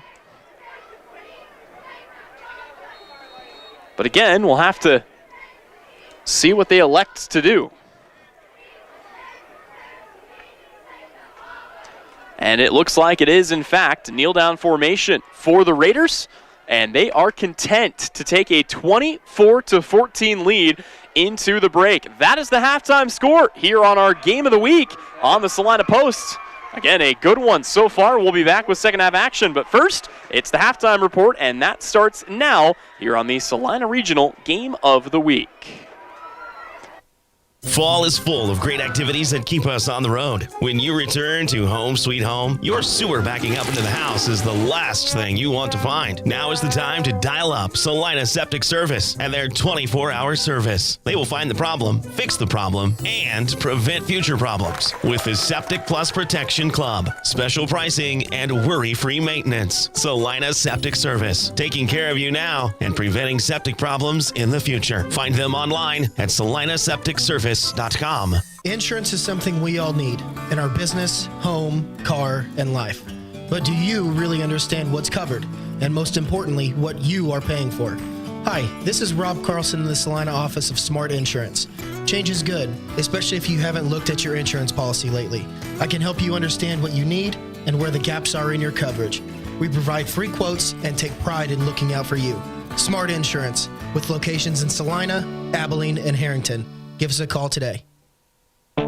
Salina Regional's Orthopedic and Sports Medicine is your home field advantage. Our physicians include sports medicine physician Dr. Matthew Pyle, along with orthopedic surgeons Drs. Travis Rump and Todd Riley, plus an A-team of certified athletic trainers and physical therapists. We're ready when you need us to help prevent injuries, enhance performance, or to heal through surgery and rehabilitation. For area athletes to weekend warriors, the home field advantage starts at Salina Regional Orthopedic and Sports Medicine. APAC Kansas Incorporated has been building the Heartland from the ground up for over a century. From the supply of aggregate materials, hot mix asphalt, and concrete to the construction of roads and bridges, we do it all. You've seen our trucks, and now we want to hire you. APAC in Salina is growing, and we are hiring for all positions. From truck drivers to mechanics, general laborers, and construction, APAC has your next career. For more details, visit the job links page at salinapost.com. Great pay and benefits, APAC is an equal opportunity employer. The Bennington State Bank proudly supports local sports and wants each student to know that their hard work and talent is noticed and appreciated. At Bennington State Bank, they care about local communities and are committed to fostering long-term relationships through the delivery of excellent customer service, integrity, and fairness. From helping local businesses to supporting community youth and nonprofits to helping you purchase your dream home or invest in your future, Bennington State Bank is here to help. Give them a call to experience exceptional banking with hometown service. Bennington State Bank, your trusted hometown bank. Member FDIC. Fall is the absolute best time for the experts at Commercial Tire Centers to look over your vehicle. Summer was tough on your tires, and winter's coming on strong. You don't want to be left stranded with tires that aren't performing. Car, truck, SUV, trailers, farm, and big rigs. Commercial Tire will help you keep safe and productive. Commercial Tire Centers, West Crawford and North 9th in Salina. Commercial Tire Centers, where service is everything. And now back to more football action with your Game of the Week, presented by Salina Regional Orthopedic and Sports Medicine. Prime time for exclusive deals. Ram Power Days are back at Marshall Motors in Salina. 2023 Ram Heavy Duties are the trucks you go to work with. And right now, new Ram Heavy Duty trucks have a $2,250 rebate. 2023 Ram 1500 trucks are some of the highest rated trucks on the market. New Ram 1500s are up to $9,000 off. See more with Ram Power Days at marshallmotor.com. And the monster trucks are back in Salina Saturday, October 7th at Marshall Motors in Salina. When does normal acute pain become abnormal chronic pain? Chronic pain can be one of two types, nociceptive and neuropathic. Each type differs based on what causes it, what it feels like, and what treatments may relieve it. Neuropathic pain can often be managed by a therapy called neurostimulation or spinal cord stimulation. If you suffer from chronic pain, ask your primary care physician for a referral to the Salina Pain Clinic. Our pain specialists will discuss the right options to manage your pain. Online at salinapainclinic.org. Gabe with Sage Products in Salina, offering industrial strength products that get the job done right. We are featuring hospital-grade disinfectant sprays, wipes, and hand sanitizers to keep you safe this time of year. We carry toilet paper with a large assortment of hand towels. Check out our private line of colorful products like Mom's Streak-Free Glass Cleaner or our friendly Amazing Green Bowl Cleaner. Go online to sageselects.com, visit our 9th Street location in Salina, or call 309-1919. Your next visit to the doctor for an upcoming procedure or surgery should start with a conversation about Salina Surgical Hospital. Hi, this is Geraldine Diedrich, and we are truly committed to fostering your health and well-being. From outpatient procedures to inpatient stays, you will feel the difference in our excellent care and compassion. Talk to your doctor about scheduling your next procedure at Salina Surgical Hospital. Your surgical experience is our specialty. Salina Surgical Hospital is partially owned by a group of local, community-involved physicians. Fall is full of great activities that keep us on the road. When you return to Home Sweet Home, your sewer backing up into the house is the last thing you want to find. Now is the time to dial up Salina Septic Service and their 24-hour service. They will find the problem, fix the problem, and prevent future problems with the Septic Plus Protection Club. Special pricing and worry-free maintenance. Salina Septic Service, taking care of you now and preventing septic problems in the future. Find them online at salinasepticservice.com. Insurance is something we all need in our business, home, car, and life. But do you really understand what's covered? And most importantly, what you are paying for? Hi, this is Rob Carlson in the Salina office of Smart Insurance. Change is good, especially if you haven't looked at your insurance policy lately. I can help you understand what you need and where the gaps are in your coverage. We provide free quotes and take pride in looking out for you. Smart Insurance, with locations in Salina, Abilene, and Harrington. Give us a call today. And now back to more football action with your Game of the Week, presented by Salina Regional. Salina Regional's Orthopedic and Sports Medicine is your home field advantage. Our physicians include sports medicine physician Dr. Matthew Pyle, along with orthopedic surgeons Drs. Travis Rump and Todd Riley, plus an A-team of certified athletic trainers and physical therapists. We're ready when you need us to help prevent injuries, enhance performance, or to heal through surgery and rehabilitation. For area athletes to weekend warriors, the home field advantage starts at Salina Regional Orthopedic and Sports Medicine. APAC Kansas Incorporated has been building the Heartland from the ground up for over a century. From the supply of aggregate materials, hot mix asphalt, and concrete to the construction of roads and bridges, we do it all. You've seen our trucks, and now we want to hire you. APAC in Salina is growing, and we are hiring for all positions. From truck drivers to mechanics, general laborers, and construction, APAC has your next career. For more details, visit the job links page at salinapost.com. Great pay and benefits, APAC is an equal opportunity employer. The Bennington State Bank proudly supports local sports and wants each student to know that their hard work and talent is noticed and appreciated. At Bennington State Bank, they care about local communities and are committed to fostering long-term relationships through the delivery of excellent customer service, integrity, and fairness. From helping local businesses to supporting community youth and nonprofits to helping you purchase your dream home or invest in your future, Bennington State Bank is here to help. Give them a call to experience exceptional banking with hometown service. Bennington State Bank, your trusted hometown bank. Member FDIC. Fall is the absolute best time for the experts at Commercial Tire Centers to look over your vehicle. Summer was tough on your tires, and winter's coming on strong. You don't want to be left stranded with tires that aren't performing. Car, truck, SUV, trailers, farm, and big rigs. Commercial Tire will help you keep safe and productive. Commercial Tire Centers, West Crawford and North 9th in Salina. Commercial Tire Centers, where service is everything. Fall is full of great activities that keep us on the road. When you return to Home Sweet Home, your sewer backing up into the house is the last thing you want to find. Now is the time to dial up Salina Septic Service and their 24-hour service. They will find the problem, fix the problem, and prevent future problems with the Septic Plus Protection Club. Special pricing and worry-free maintenance. Salina Septic Service, taking care of you now and preventing septic problems in the future. Find them online at salinasepticservice.com. Insurance is something we all need in our business, home, car, and life. But do you really understand what's covered? And most importantly, what you are paying for? Hi, this is Rob Carlson in the Salina office of Smart Insurance. Change is good, especially if you haven't looked at your insurance policy lately. I can help you understand what you need and where the gaps are in your coverage. We provide free quotes and take pride in looking out for you. Smart Insurance, with locations in Salina, Abilene, and Harrington. Give us a call today.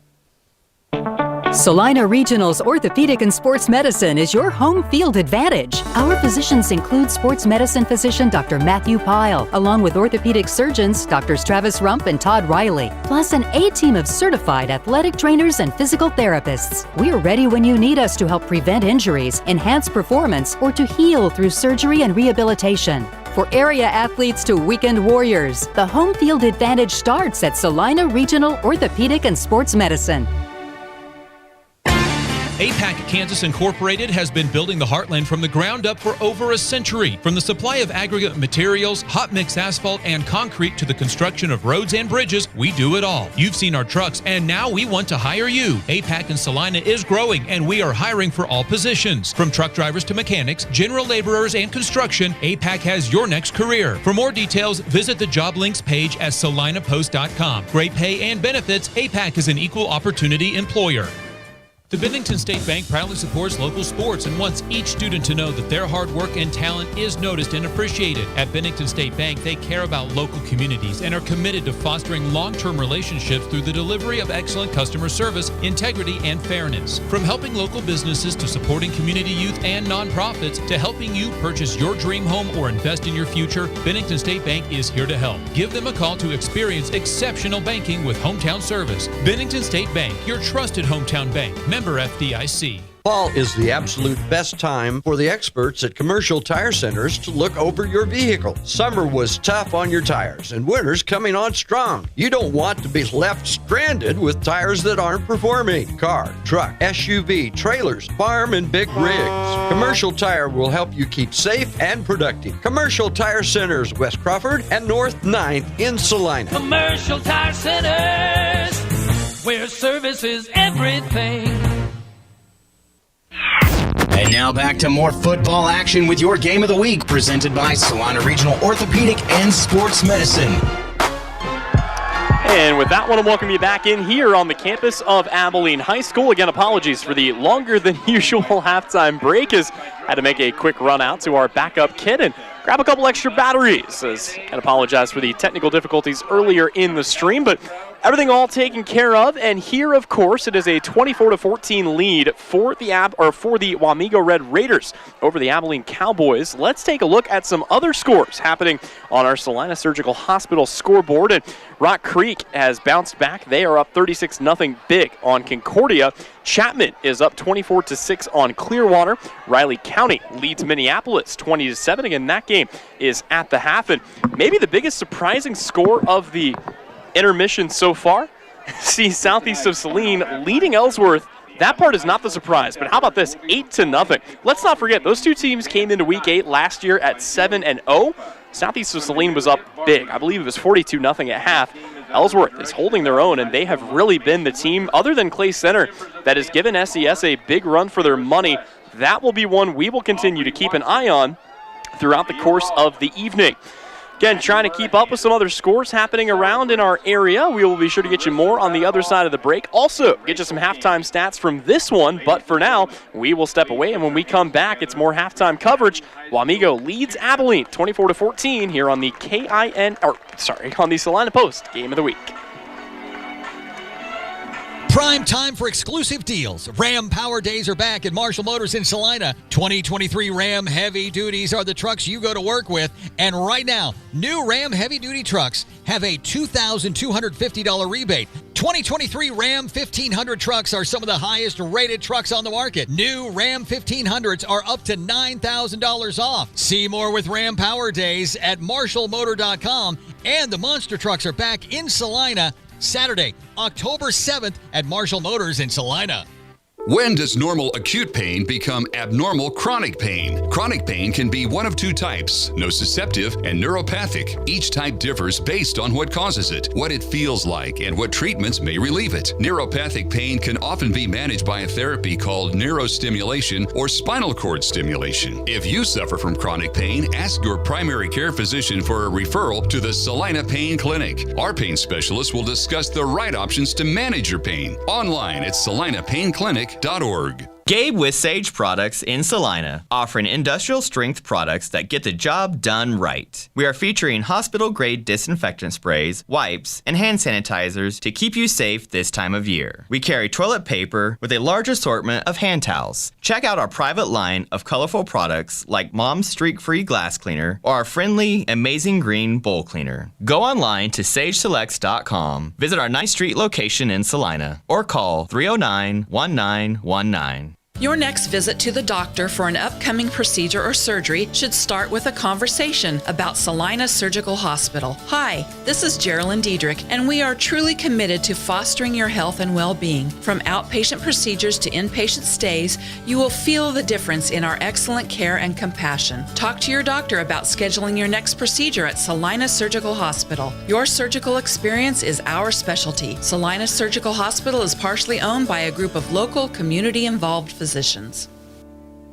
Fall is full of great activities that keep us on the road. When you return to home sweet home, your sewer backing up into the house is the last thing you want to find. Now is the time to dial up Salina Septic Service and their 24-hour service. They will find the problem, fix the problem, and prevent future problems with the Septic Plus Protection Club. Special pricing and worry-free maintenance. Salina Septic Service, taking care of you now and preventing septic problems in the future. Find them online at salinasepticservice.com.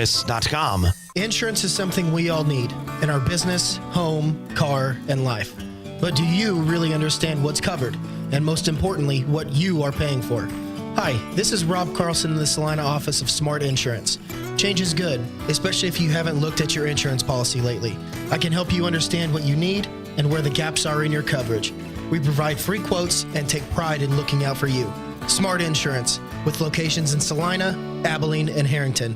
Give us a call today.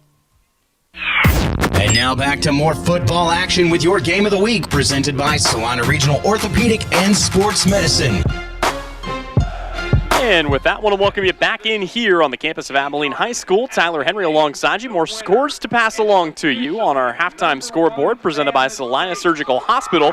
Salina Central leads Arc City 42-20. That sounds like a final. It is a halftime score. Another one that is in the same line sees Mays South ahead of Salina South. 42-13 is your score in that one. Only other score that we did not have a chance to get for you, again, it has not gone to halftime just yet, but Sacred Heart is playing Republic County in a win-and-in game. Again, the loser will play a more or less meaningless game in Week 9, where the winner will have a chance to move on to the 1A playoffs, and in that one, it is Sacred Heart who held a 14-0 lead. That was at the end of the first quarter. At halftime, it is 31-0. Sacred Heart, again, over Republic County. They lead it awfully big. Here, it is Wamego holding a 24-14 lead over the Abilene Cowboys. Both teams are taking it to the field here. And take a look at some halftime stats, and it's a little interesting when you look at it. I mean, again, it's about what we expected out of both teams. This is an Abilene offense that wants to pass. They have done that. Stockton Timbrook, so far in this game, has completed a total of 12 passes on 20 attempts. He has targeted Weston Rock 6 times. He has targeted Brax Fisher 5 times. And so far to this point in the game, both of his touchdown passes have gone to Weston Rock. Of course, one of 29 yards early in the game, the other of 5 yards. Meanwhile, for Wamego, it's been the one-man army known as Thomas McIntyre, who has just obliterated this Abilene offense. Again, you got to give a ton of credit where credit is due. This is an offensive line that has been phenomenal, but McIntyre has a trio of touchdowns in the first half on 20 carries. We'll get you a number unofficially, of course, on the other side of the break. But again, 3 touchdowns so far for McIntyre, all 3 for the Raiders so far. Touchdowns of 34, 2, and 2 so far today. We'll step away one final time here at halftime, but when we return, it's the second half of our Game of the Week. Again, Wamego leads it 24-14. They will get the football to start the second half when we return here on the Salina Regional Game of the Week, and it's brought to you here on the Salina Post Sports Network. Salina Regional's Orthopedic and Sports Medicine is your home field advantage. Our physicians include sports medicine physician Dr. Matthew Pyle, along with orthopedic surgeons Drs. Travis Rump and Todd Riley, plus an A-team of certified athletic trainers and physical therapists. We're ready when you need us to help prevent injuries, enhance performance, or to heal through surgery and rehabilitation. For area athletes to weekend warriors, the home field advantage starts at Salina Regional Orthopedic and Sports Medicine. APAC Kansas Incorporated has been building the Heartland from the ground up for over a century. From the supply of aggregate materials, hot mix asphalt, and concrete to the construction of roads and bridges, we do it all. You've seen our trucks, and now we want to hire you. APAC in Salina is growing, and we are hiring for all positions. From truck drivers to mechanics, general laborers, and construction, APAC has your next career. For more details, visit the job links page at salinapost.com. Great pay and benefits, APAC is an equal opportunity employer. The Bennington State Bank proudly supports local sports and wants each student to know that their hard work and talent is noticed and appreciated. At Bennington State Bank, they care about local communities and are committed to fostering long-term relationships through the delivery of excellent customer service, integrity, and fairness. From helping local businesses to supporting community youth and nonprofits to helping you purchase your dream home or invest in your future, Bennington State Bank is here to help. Give them a call to experience exceptional banking with hometown service. Bennington State Bank, your trusted hometown bank. Member FDIC. Fall is the absolute best time for the experts at Commercial Tire Centers to look over your vehicle. Summer was tough on your tires, and winter's coming on strong. You don't want to be left stranded with tires that aren't performing. Car, truck, SUV, trailers, farm, and big rigs. Commercial Tire will help you keep safe and productive. Commercial Tire Centers, West Crawford and North 9th in Salina. Commercial Tire Centers, where service is everything. Well, with that, we are back, and both teams finishing up a couple of halftime stretches and trying to get everybody ready and back out onto the field. I know we went over some of the stats at the intermission, and again, it was, a phenomenal half for Thomas McIntyre. I was still adding up the numbers when we came back from break. I've got, again, my unofficial stats. We keep them as tight as we can up here, but according to what I've got, Thomas McIntyre, how about 20 carries for 123 yards and 3 touchdowns in the first half? Absolutely absurd numbers out of him. Also, absurd numbers out of Weston Rock, who I mentioned before, has both in this game of the touchdown catches thrown by Stockton Timbrook, and that has helped him pad his numbers a bit in this game. But so far, 7 catches, 70 yards, 2 touchdowns for Weston Rock. It's been a fun battle so far. It will continue to be a fun battle. About 2 minutes left before we're out of halftime. We'll step away one final time, but when we come back, again, it's the second half of play here on your Salina Post Game of the Week. APAC Kansas Incorporated has been building the Heartland from the ground up for over a century. From the supply of aggregate materials, hot mix asphalt, and concrete to the construction of roads and bridges, we do it all. You've seen our trucks, and now we want to hire you. APAC in Salina is growing, and we are hiring for all positions. From truck drivers to mechanics, general laborers, and construction, APAC has your next career. For more details, visit the job links page at salinapost.com. Great pay and benefits, APAC is an equal opportunity employer. The Bennington State Bank proudly supports local sports and wants each student to know that their hard work and talent is noticed and appreciated. At Bennington State Bank, they care about local communities and are committed to fostering long-term relationships through the delivery of excellent customer service, integrity, and fairness. From helping local businesses to supporting community youth and nonprofits to helping you purchase your dream home or invest in your future, Bennington State Bank is here to help. Give them a call to experience exceptional banking with hometown service. Bennington State Bank, your trusted hometown bank. Member FDIC. Fall is the absolute best time for the experts at Commercial Tire Centers to look over your vehicle. Summer was tough on your tires, and winter's coming on strong. You don't want to be left stranded with tires that aren't performing. Car, truck, SUV, trailers, farm, and big rigs. Commercial Tire will help you keep safe and productive. Commercial Tire Centers, West Crawford and North 9th in Salina. Commercial Tire Centers, where service is everything. And with that, we are back. Of course, the bonus time put up on the board, now taken off the board as we are ready to get the second half underway. Wamego will return the opening kick here to start it off. And again, they hold a 10-point lead here in our game of the week. a very good one. To this point, expecting a good second half as well. Wamego with a chance to really force the issue here if they can string together a good drive, and we'll see if they can do just that. It all starts with the return, and the second half of play is underway as, boy, it's a squib kick. That'll be taken at about the 30-yard line and down to about the, call it the 39. That is where the drive will begin for Pruitt Nolan and company and Thomas McIntyre, who to this point, there has just been no answer for. And we'll see if he continues to get the rock as efficiently as what he did in the first half. But so far, this has been more or less the battle that we expected. And the second half of play is underway here as Wamego will come out here in the pistol set. Two receivers split out, one to either side. Other than that, everybody in tight. And here it is. Snap to Nolan, handoff once again to McIntyre. He's got a burst of speed. He is going to break through another tackle. He's across midfield, down to the 40, across the sideline at the 30-yard line. He is pushed out of bounds. We've got a late flag on the sideline. We'll have to stop and check that, but as of right now, mark that down as a 30-yard gain for Thomas McIntyre on 1st and 10, picking up right where he left off. Again, we'll have to see whether this is going to be extra yardage. I think it's going to be extra yardage, as our white hat comes out to render the verdict. And it's going to be a sideline warning issued here to Wamego. So no harm, no foul, no yardage given or taken. But Wamego, great field position here as McIntyre gets them all the way up to the 26-yard line. Snap back to Pruitt Nolan. He will give it again up the gut, and that will go for a short gain of about 2 yards. So not nearly as much to be found there on 1st and 10. As again, it was McIntyre on the carry. And McIntyre stays out there, continuing to add on to his day. Already over 150 yards rushing for Thomas McIntyre. We're just now getting underway here in the second half. 2nd down and 8. Handoff McIntyre. Right side, looking for room. Correction on my part. That was McIntyre. Another gain of 6. The 23rd carry of the day for McIntyre. Porter Smith, I mean, when they've given him the ball, he's looked awfully good.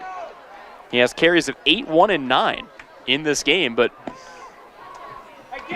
Wamego really flexing their muscle. They haven't had to go to the air much at all. Pruitt Nolan in this game is just 3 for 4 through the air. I would imagine here on 3rd down and 3, the give would be to McIntyre again as a pair of tight ends shift from right to left. Here's the snap, another handoff, another McIntyre carry, and another Wamego 1st down. This one good for 5 for McIntyre. I'm running out of spaces on my stat sheet. I've got 25. It's usually enough, but boy, McIntyre has taken the term workhorse to a whole nother level. And again, he has been every bit as advertised coming into this game. 75 carries, 535 yards. 1st down and 10, they will run the same motion with those 2 tight ends from right to left. Here is another handoff. McIntyre is going to be swallowed up this time at the line of scrimmage. That's no gain.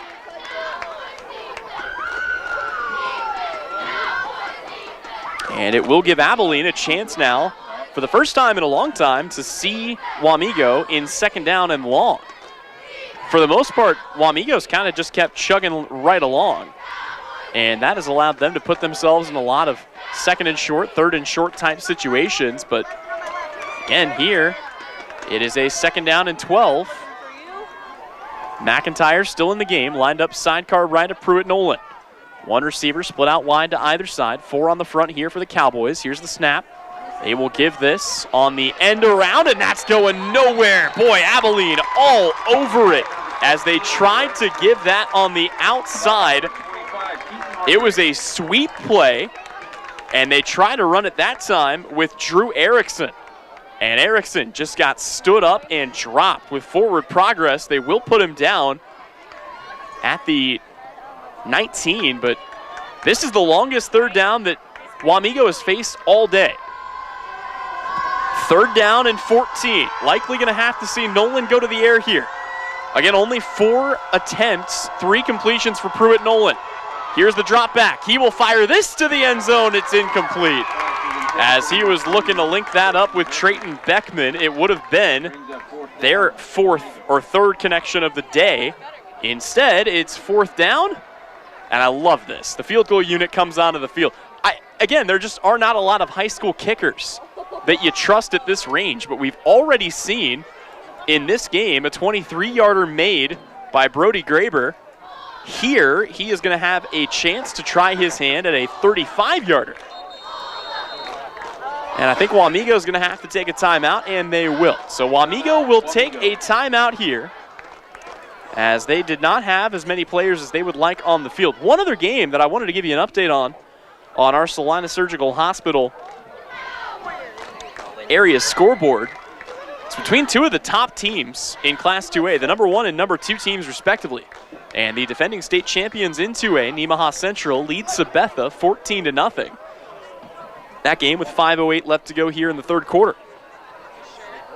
This also gives us an opportunity to remind you that coverage of today's game is brought to you by Sage Products. Sage Products of Salina is your supplier for janitorial products for your business or home. From paper towels to soap and items from ceiling to floor, you will see products from Sage, and you can get the same home field advantage at your home or office by visiting sageselects.com. So here we go, and wow, how about this? The offense comes back onto the field. So after lining up for the field goal, it's the offense that will step out. It's 4th down and 14 for Wamego. Pruitt Nolan drops back, wants to fire this. He's got a receiver, and it's broken up. Wait, let's see what the call is. It's intercepted. Oh my. Correction, broken up, not intercepted, but it was 4th down. It's a turnover on downs. That is excellent coverage by Brax Fisher. Oh wait, did he catch that? It didn't look like there was any way Fisher came up with that ball, but they're moving this back down. Yeah, it was an interception. Ironically, this hurts Abilene, because instead of getting the turnover on downs and having it at the 20, now you've got it at the 3. But one way or another, Fisher comes up with the pick. And here we go, Abilene with a chance to bring the offense out and bring this back to a three-point game. If they can make a long drive with 8:43 to go in the third quarter.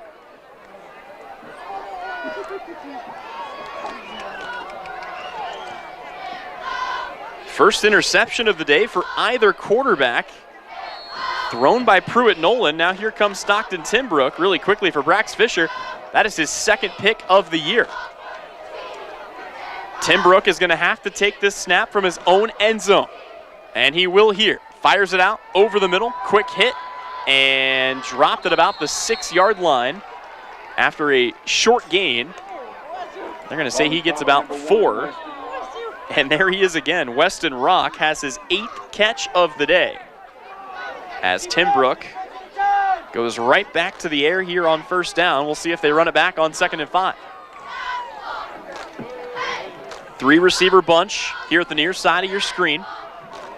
1 receiver split off to the right-hand side. Zach Miller tucked in the right hip pocket of Stockton Timbrook. Only 3 on the front right now for Wamego. They've brought some extra pressure in this game. This is a handoff on the outside, just off the tackle, and that is going to be good for a gain of about 4 for Zach Miller. It's his 10th carry of the day, but Wamego's held him in check for the most part. He's had just 1 carry of 11 yards. Everything else has been between the 1 and 4-yard range. So that Wamego run defense has been every bit as good as advertised. And it's come up with a couple of huge stops already today. They'd love another here on 3rd down and 2. 3 receivers split off to the near side here for Timbrook. Here's the snap. Timbrook wanting to fire this out. Catch is made, and there's Brax Fisher, who hauls it in for a quick gain of 4 and another 1st down. And that's what Abilene has done to this Wamego defense. Early on, they wanted to stretch the field. They were trying for, I think, more deep shots. But they have really settled into this kind of dink and dunk style of offense, and it's what's worked for a lot of teams at a lot of levels. It's working for Abilene now, and there's really no way you can adjust to it because you don't know which way the routes are going to break. And when you have a guy as good as Stockton Timbrook in there at quarterback, it is just tough to do much about it. Timbrook lines up here, 1st and 10, 3 receivers on the near side of the field. He will take the snap, pump fake, now wants to go deep. He has got a wide open receiver and he dropped it. Oh man, Abilene had a touchdown and Tegan Funston just could not hold on. Boy, the play drawn up to perfection. You saw the pump fake, the safety hesitated for just a moment. And Abilene should have had 6 there, courtesy of Tegan Funston. Instead, it's going to bring up 2nd down and 10. Tell you what, in the grand scheme of things, it's not a disaster, but that's a gut punch. If you're Abilene, you got to get a check right here and see what you can do. Abilene wants to go deep again. They were going to air this one out deep down the field. There's an obvious shove. And now a body weight as the safety. I don't know what he's doing out there. Logan Curtis just kind of fell on top of Weston Rock, who, by the way, is a tight end, but, I mean, more often than not, he's out in the slot. That's going to be 15 yards and a free 1st down. It's another big penalty picked up here by the Wamego defense. And that's something you just can't have. And for as much as I commended Abilene on kind of the little dink and dunk routes that they've been running, they can still do things to you deep from now and every now and again. You got to be careful of it. So here we go. 1st down and 10. 6:58 to go, 3rd quarter. Timbrook back in the gun. 2 receivers split out to the right-hand side. Zach Miller, sidecar left.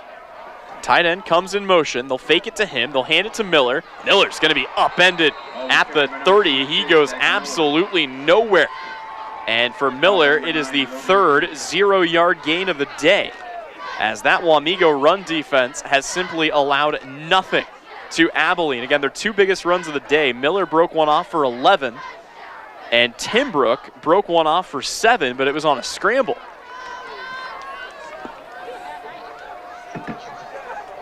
So right back to the drawing board, 2nd down and 10 for the Cowboys.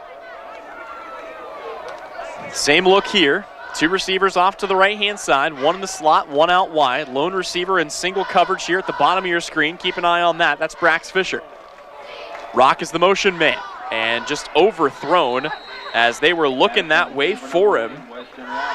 And all of a sudden, Timbrook is just 1 for 3 to start this half.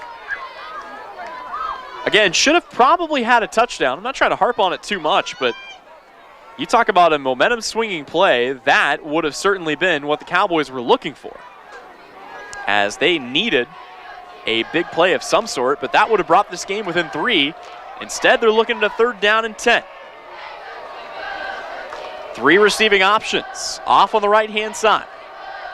Timbrook back in the shotgun, 3 on the front for Wamego. Here's the snap, roll out right for Timbrook. He's got some time, fires back over the middle, it's complete, it's a 1st down, and it's a gain of 11. Brax Fisher hauls it in, his 7th catch of the day, and the Cowboys are on the move once again. This has been an excellent game, and we expected nothing less between 2 of the best in 4A. A playoff-type atmosphere here in Week 8. And a timeout taken by Wamego here. And keep an eye on that. They've used 2 timeouts already here in the quarter. But it does give us a moment to remind you the coverage of today's game is brought to you by Don's Tire and Supply. For service in the shop, in the field, and roadside, you can count on Don's Tire in Abilene. The Bridgestone Fall Promotion is going on now, so see Don's Tire and Supply for deals and details. Also by West Plaza Country Mart in Abilene, a proud supporter of Abilene High School student athletes. Again, 6:03 to go here in quarter number 3. Still a 24-14 lead. Wamego, boy, they were driving, and they looked poised to strike, but a Brax Fisher interception at the 3-yard line got the ball back to the Cowboys, and their drive will pick up here with 1st down and 10 from the 43.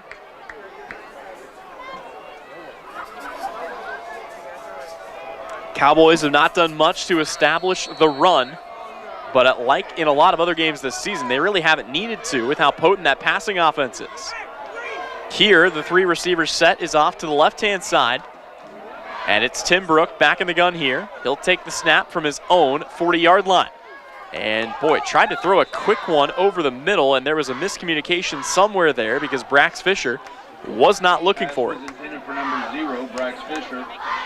So it is 2nd down and 10. I don't know if Wamego has made any adjustments necessarily, but I will say, you look at the numbers, Tim Brook is just 1 for 4. Passing the football here in the second half. Still solid numbers on the day as a whole, but he is going to need to do more if Abilene's going to mount this comeback. Again, 2nd and 10. 3 receivers off to the left-hand side. Screen out to one of them now. That's caught by Fisher. Makes another man miss. He'll duck his way up to about the 49-yard line. That is a gain of 6. And again, for Fisher, it is his 8th catch of the day. Brings up 3rd down on the 49-yard line. Time continues to wind here. 5 minutes and 30 seconds to go in quarter number 3. Plenty of great games happening around the state of Kansas. Of course, playoff seedings will be released this weekend or early next week by Keisha as we get you set for week 9. Snap back to Tim Brook. Fires over the middle. It's going to be tipped up in the air, and it's intercepted. Wamego trying to bring it back the other way up to the 48-yard line. It is a massive interception for the Raiders, and they're going to take over in Cowboy territory. That was picked off by Caden Kern, and it's the safety who comes up with his first of the year as both teams with a costly early second half interception. Raider offense back out on the field here. 1st down and 10. Guess who? Thomas McIntyre, who is ahead for 6 yards on yet another carry here. That, by the way, for Stockton Timbrook, his first interception of the season. And it comes here in week 8 as McIntyre plunges ahead for 4 more yards. Be a 1st down for the Red Raiders. I mean, Timbrook had been quite literally perfect. Raiders want to go up tempo here, and we have got a stoppage, and Abilene wants to stop and call a timeout. Both teams burning timeouts here early. Not a bad call, though. You got to make sure that you're set. And Wamego absolutely had Abilene backed up on their heels. Coverage of today's game is brought to you by our friends at M&M Tire and Auto in Abilene. From oil changes to complete overhauls, M&M Tire and Auto keeps the Cowboys on the road. For your next repair, see M&M Tire and Auto in Abilene. Coverage also brought to you by our friends at Bombshell Salon. At Bombshell Salon and Boutique, our motto is, look like a bombshell, feel like a bombshell. Come see us for your head-to-toe look. Bombshell Salon and Boutique is located at 304 North Broadway in Abilene. Coming up on the post-game show, we will have our Salina Pain Clinic hit of the game, also our Smart Insurance Smart Play of the game. But here, it's Wamego driving effectively, and they had Abilene backed up on their heels. Abilene elected to call a timeout and talk it over, but they've now burned a couple of quick early timeouts here in quarter number 3. So here we go. McIntyre lined up in the pistol directly behind Nolan. There's the give to him here, and he is going to be stood up, but not before he gets 4 more yards. Just feels unstoppable right now. I mean, even on that, pretty good stop there for Abilene. But McIntyre still gets 4 yards out of the deal. Sets up 2nd down and 6 for the Raiders. And here we go. Nolan takes the snap. He'll give it to McIntyre on the outside. And McIntyre will find about 4 more. That sets up 3rd down and 2, but that's what's so demoralizing about playing this offense. You have 4 yards on every play, you never have to punt. And that's really what they've done. I mean, you look at McIntyre, he hasn't broken but 2 big runs. He has a 34-yard run for a touchdown. He had the 30-yard run to start the second half. He has carries of 13 and 10, but for the most part, it's just been a whole lot of this. Just 4 to 6 yard carries, play after play after play, and those extra blockers have just been too much for Abilene to handle. And guess what? Thomas McIntyre for 4 yards. It's another first down. And for McIntyre, it's getting tough to count because, again, he's exceeded what I expect any running back to get when I make my charts. That's his 30th carry of the day. 30 carries in a high school football game. We've still got 3:30 to go in the third quarter. Again, Abilene, or rather Wamego, have really not needed the services of Porter Smith, but here he is. And Smith's been great too when they've given him the ball. Averaging 10 yards a game on the season, averaging 8 here today. Here's the snap, handoff to Smith. He will be dragged down though in the backfield, although we've got a late flag. We'll have to check the laundry here. Sam Whitehair on the stop. But again, we got to see who the flag is on, and it's going against Wamego.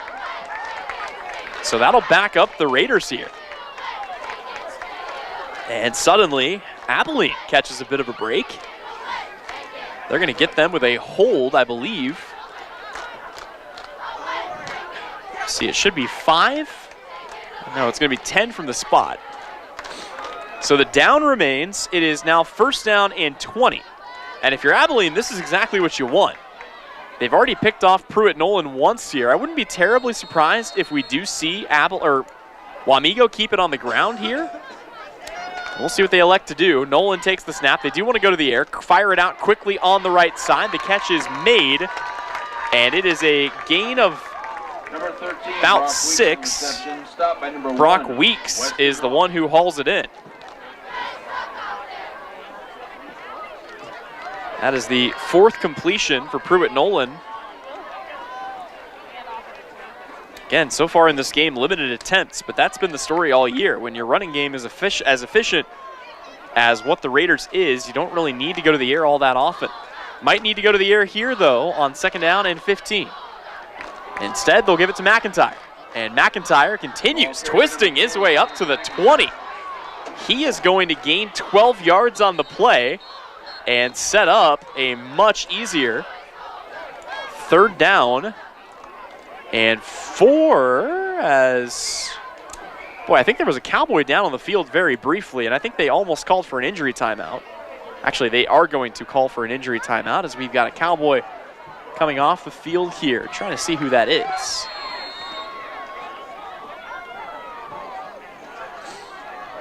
That may be Keaton Hargrave. Either way, here we go. 3rd down and 6. Handoff up the middle. McIntyre is going to be short. He will gain a couple, and it sets up 4th down and change. Call it 4th and 3 after the gain of 4. And we've got whistles and a flag here. And it's going to be a false start on the Raiders. So that's a bit of a break for Abilene. You wonder if Wamego may try a field goal here, or if they want to keep the offense on the field and roll the dice once again with Pruitt Nolan. For as much as I talk about Nolan not being a crazy passer, he's been efficient this year. 66% of his passes, just shy of 1,000 yards. But you see the problem, 10 touchdowns to 5 interceptions this year. Offense does stay on the field here. Everybody bunched in tight. It looks like they're going to run it. Wouldn't be surprised if they do a little trickery and go to the air. And there it is. Nolan fires this one. Had a wide open receiver. It's going to be incomplete, but we've got a flag, and this might be PI. If it is PI, boy, what a blow to the Cowboys that would be. But that's the direction that everybody's walking, and I think that's going to be the call. That is a tough, tough time for Abilene to pick up. It's been a disciplined game. That's only their 3rd penalty of the entire game. But it comes at a brutal time. And it's going to gift wrap Wamego a free first down. Also moves the football deeper into the red zone as Wamego now has a fresh set of downs to work with and a rested Thomas McIntyre ready to go. First down and 10. Nose of the football set down right now at the 12-yard line in Cowboy territory. There's a handoff to McIntyre. He will absorb the contact, stays on his feet. He is up to the 5. Boy, Thomas McIntyre just will not be brought down tonight. It's 5 more yards. He is up to 32 carries in this game. At the rate he's going, he is going to surpass 200 yards. And he is going to do it with ease. See if they give it to him again here on 2nd down and 5. There is a 1-yard difference between the sticks and the end zone. They will fake it. Nolan now rolling out to his right, wants to throw. He's got a receiver in the back of the end zone. It's incomplete. Boy, he was looking for Brock Weeks, but it's another incompletion. And Weeks was open just a little too high for the wideout. And now it's 3rd down and 5.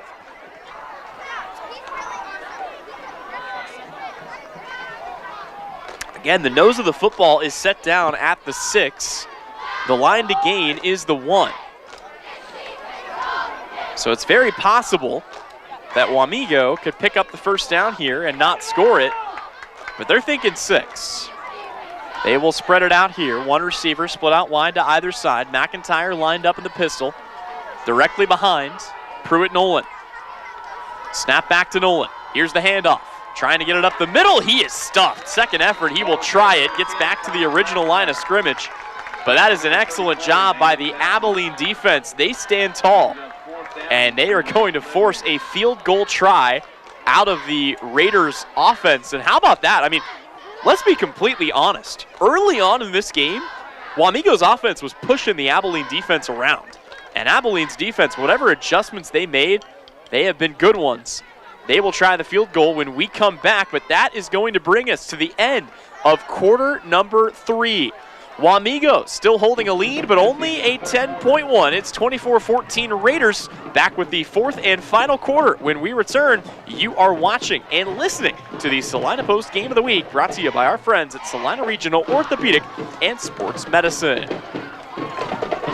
Salina Regional's Orthopedic and Sports Medicine is your home field advantage. Our physicians include sports medicine physician Dr. Matthew Pyle, along with orthopedic surgeons Drs. Travis Rump and Todd Riley, plus an A-team of certified athletic trainers and physical therapists. We're ready when you need us to help prevent injuries, enhance performance, or to heal through surgery and rehabilitation.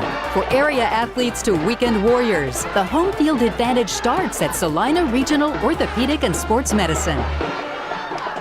Despite supply chain issues, West Country Mart in Abilene has shelves stocked full of quality products with the largest selection in the area. We also have a full-service meat department serving the absolute best variety of meat with a butcher on hand 7 days a week. Supply chain issues have affected the national chains so much they often have empty shelves. We take pride in stocking the right products with competitive pricing. You can also shop online for parking lot pickup or delivery to your home. Shop with us at West Plaza Country Mart in Abilene. So here we go. Welcome back in. Salina Regional Game of the Week. And for the second time tonight, we're going to see this. How about, so Wamego, it's a little bit of mind games here. And I like this from Coach Moody. Because for the second time tonight, he sends the field goal unit onto the field. Once it was a timeout, once it was the quarter break, and then when they come back, oh, look, here's the offense. And both times, Abilene not fully prepared for it. Timeout is taken here. Now, the ultimate move would be to just turn around and bring the field goal unit back onto the field.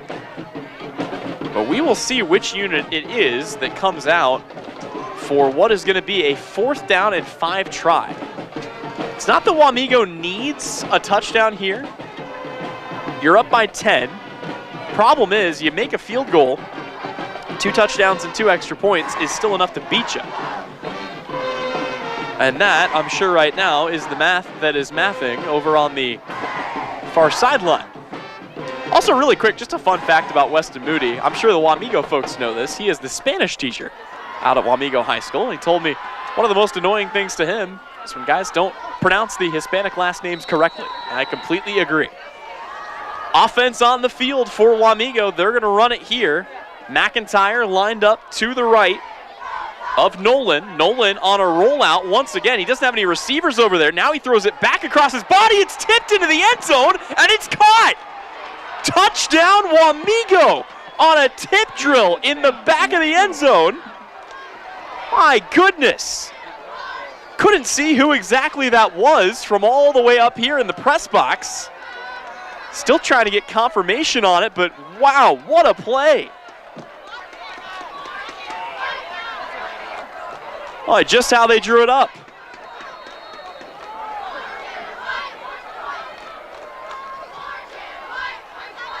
PAT on the way. It is up, and it is good. We will step away, but when we come back, more fourth quarter action. Wamego now on top, 31-14, here on the Salina Post Game of the Week. APAC Kansas Incorporated has been building the Heartland from the ground up for over a century. From the supply of aggregate materials, hot mix asphalt, and concrete to the construction of roads and bridges, we do it all. You've seen our trucks, and now we want to hire you. APAC in Salina is growing, and we are hiring for all positions. From truck drivers to mechanics, general laborers, and construction, APAC has your next career. For more details, visit the job links page at salinapost.com. Great pay and benefits, APAC is an equal opportunity employer. Welcome back in here to the campus of Abilene High School. Got a update from our good friends just next door here in the press box at Abilene, and that catch was made in the back corner of the end zone by Drew Erickson, a sophomore wide receiver. They've targeted him a couple of times, but it was a tipped pass. I mean, it was not by any stretch of the imagination the way they drew that up, but it still results in 6, and Wamego capitalizes. Now they will kick it away, and once again, it is going to be fielded, this time at the 5-yard line. Chance for a return here. Abilene setting it up, decent blocks. They'll get right back, right up to about the 20, and that is where the offense will come back onto the field for the Cowboys. So for Erickson, that is his first catch of the day. Credited a 5-yard touchdown reception. First touchdown pass of the day for Pruitt Nolan. And here comes Stockton Timbrook after throwing the first interception of his season. Again, Timbrook has been darn near perfect this year. You look at his stats coming into this game, 24 touchdowns, 0 INTs. He'll take the snap, fire it out, and another drop. And this is just uncharacteristic of the Abilene offense. I mean, you do not see drops like this from them ever. And I don't know what exactly it is that's going on here in this game, if it's a mental thing, but this has just not been the typical production we're used to out of Abilene, and I think most of the fans in attendance here would agree. 2nd and 10. Again, over the middle. Catch is going to be made, but there will not be much there. Call it a gain of 3. As Weston Rock is able to haul it in. That's his 9th catch of the day. But at a certain point, Abilene, I mean, they came awfully close to holding. And let's not forget that big penalty that allowed Wamego to keep their offense on the field to begin with. Got to bookmark that in the back of your mind, as here is a 3rd down and 7, and a ball that is thrown well outside the catch radius of Tegan Funston, and now it's 4th and 6, and a decision to be made for Abilene with 11:03 left to go. This is risky if you keep the offense out there. Keep in mind, you give the ball back to Wamego, they already lead 31-14. You do not want to hand them the ball in the red zone. But it looks like they're going to go for it here. Not saying this is your ball game. There's still a lot of football left to be played, but just something to keep an eye on here. Maybe trying to draw Wamego off sides. Maybe just trying to run a big play. They will run it. Timbrook rolling out to his right. He's under pressure. Has to throw back across his body again, and it's incomplete. Excellent coverage once again, this time by Andrew Couchman Jr., and it's a 3 and out. And now if you're Wamego, you've got an opportunity to really start lining up the nails around the Abilene coffin, as both of these teams could very well be marching into Week 9 with a 6-2 record. Again, turnover on downs at the 25. Gives Wamego the ball just outside the red zone. Here's a handoff to McIntyre up the middle. He's got plenty of space, still twisting, still on his feet. And up to about the 10-yard line. That's going to be enough to move the chains. A 13-yard gain for McIntyre. Another double-digit carry for number 10. And we have got a whistle and a stoppage of some sort as our referee is pointing to McIntyre. And I don't know what this is about. McIntyre keeps signaling something with his foot. I don't know what's going on. They're going to get him looked at. So McIntyre is out. Porter Smith comes in. Smith so far today, 4 carries. This would be his 5th, but we've got a whistle, and this is blown dead before it even has a chance to develop. Not 100% sure what this was all about. Still curious as to why McIntyre had to leave the game. Didn't see his helmet come off or anything like that. And either way, he is going to stay out. And that last play, it wasn't a penalty, it was just some kind of an official stoppage. So here we go. 1st down and 10. Again, the line to gain is the 2-yard line. Porter Smith is in as the back. Here is the handoff to him, and he goes nowhere. My goodness, what a stop. They handed it off to him, and shooting through like a missile was Joseph Welsh, his 77th tackle of the season. And it's a big one to prevent Porter Smith from going anywhere. And after whatever happened on that last play, Thomas McIntyre is back in the ballgame. 9:35 left to go. Wamego not going to really have any urgency here, nor should they, on a 2nd down and 10. McIntyre already has the hat trick in this game. Does he have a 4th touchdown in him? Here is the give to him on the outside, looking for a cutback lane, still on his feet, up to the goal line. Touchdown, Thomas McIntyre, and he does. 4 touchdowns for Mr. McIntyre. This one from about 10 yards away, and it's another TD for Wamego, their 2nd of the 4th quarter.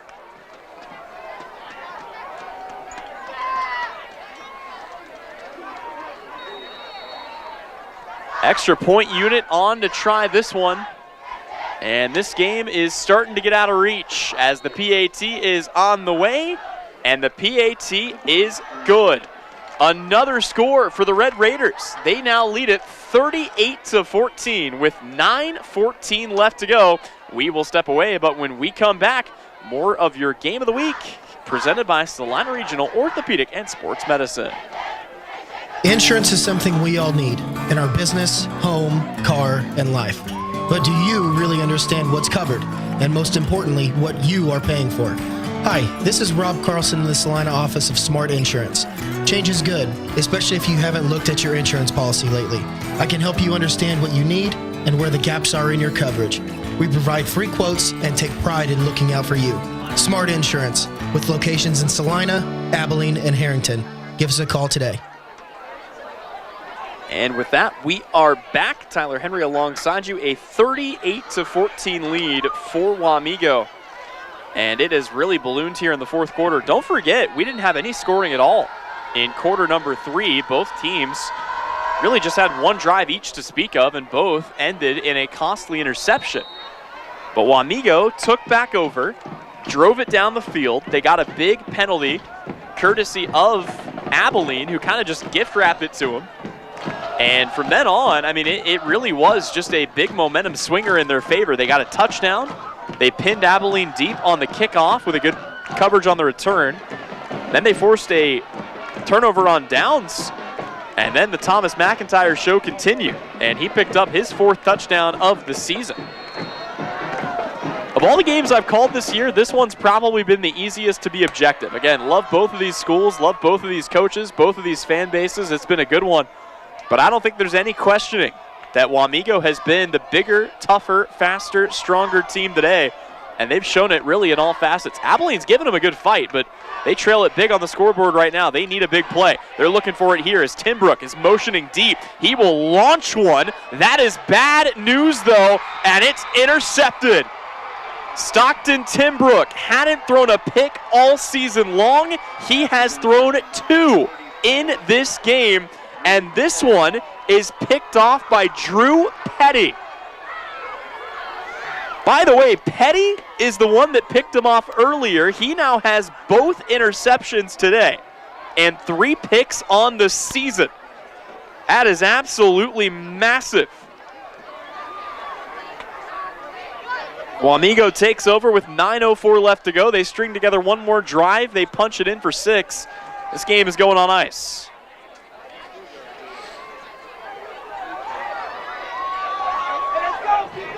It has been a second half to forget for Stockton Timbrook,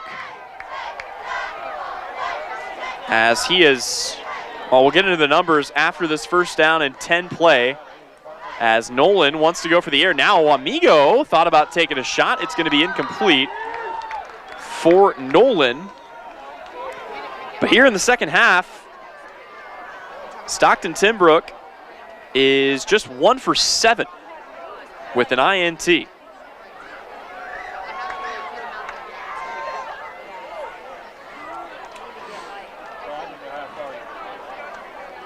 So it's Wamego back to work here. Would imagine we'll see them go to the ground and try to chew up some of this clock as we have entered the final 9 minutes of this contest. And you see a change as McIntyre is no longer the back. Now it's Porter Smith. Here's the handoff to Smith up the right side, and there's just nothing there. He's dragged down for a loss of 3. And that is the second time that Porter Smith has gone backwards. Now we'll see if Wamego elects to go to the air here on 3rd and 13. As they will make a few personnel swaps. Again, just a reminder, we'll have final scores for you on the Salina Area Hospital, the Salina Surgical Hospital area scoreboard. Easy for me to say. But here it's 3rd down and 13. 2 receivers split off to the right-hand side. Pruitt Nolan back in the pistol, takes the snap. He will fake the handoff. Now he's rolling out to his left, and we've got a flag thrown. Abilene had a guy right there. Catch is made for a gain of 10. Trayton Beckman is the one who hauls it in. Abilene had somebody in a great position to turn around and make that happen, but he didn't really see that it was a passing play. I think still blocking as though there was a run coming, and that may be what this flag is for. Anytime you got somebody turned the wrong way, you ask yourself that question. Speaking of our Salina Surgical Hospital area scoreboard, a couple of scores to pass along to you and a couple of finals. Southeast of Saline was up on Ellsworth just 8-0 at the half. They get the victory, though, over Ellsworth, 30-0.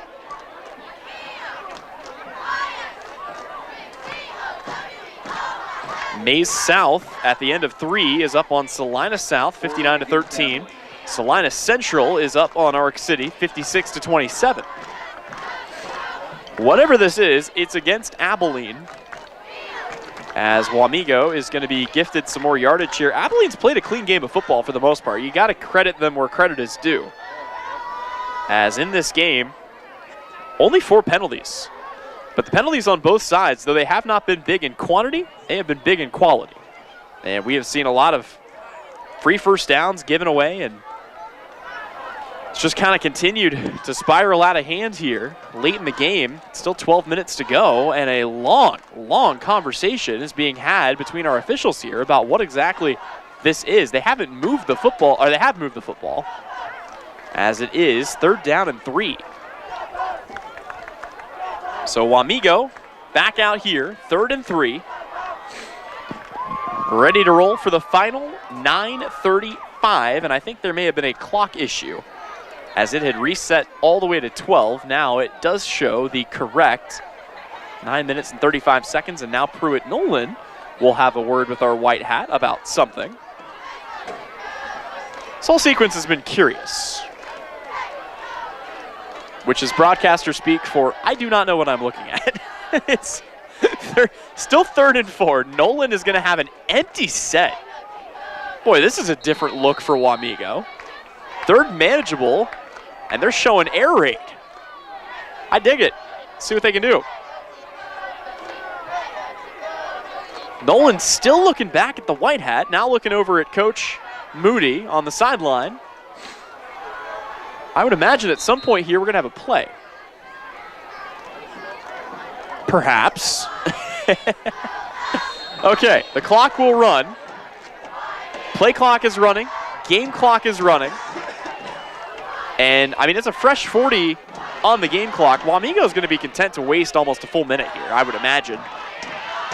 You've got a 38-14 lead. There's no reason to be in a hurry right now with the game clock winding now under 8 minutes.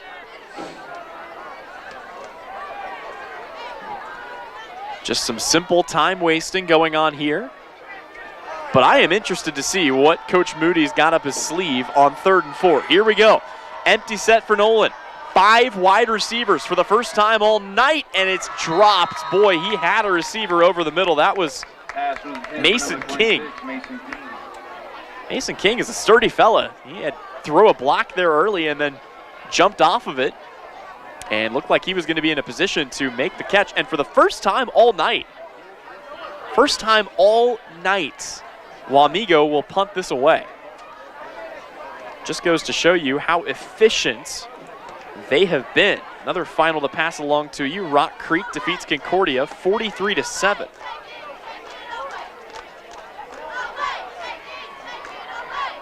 If Abilene is going to pull off a miracle, well, first of all, they better hope this isn't against them, because if it is, that's a first down to Wamego.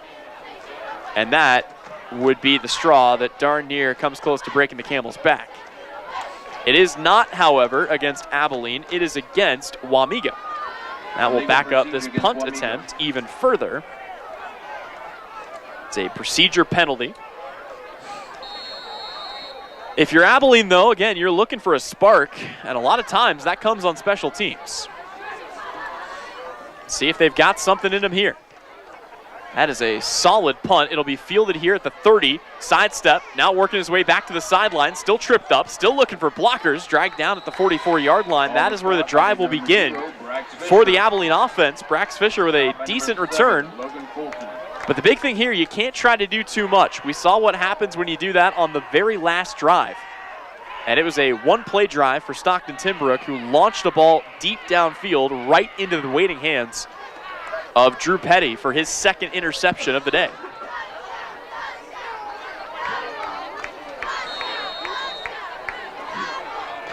Decent field position to start this drive. First down and 10 for Abilene.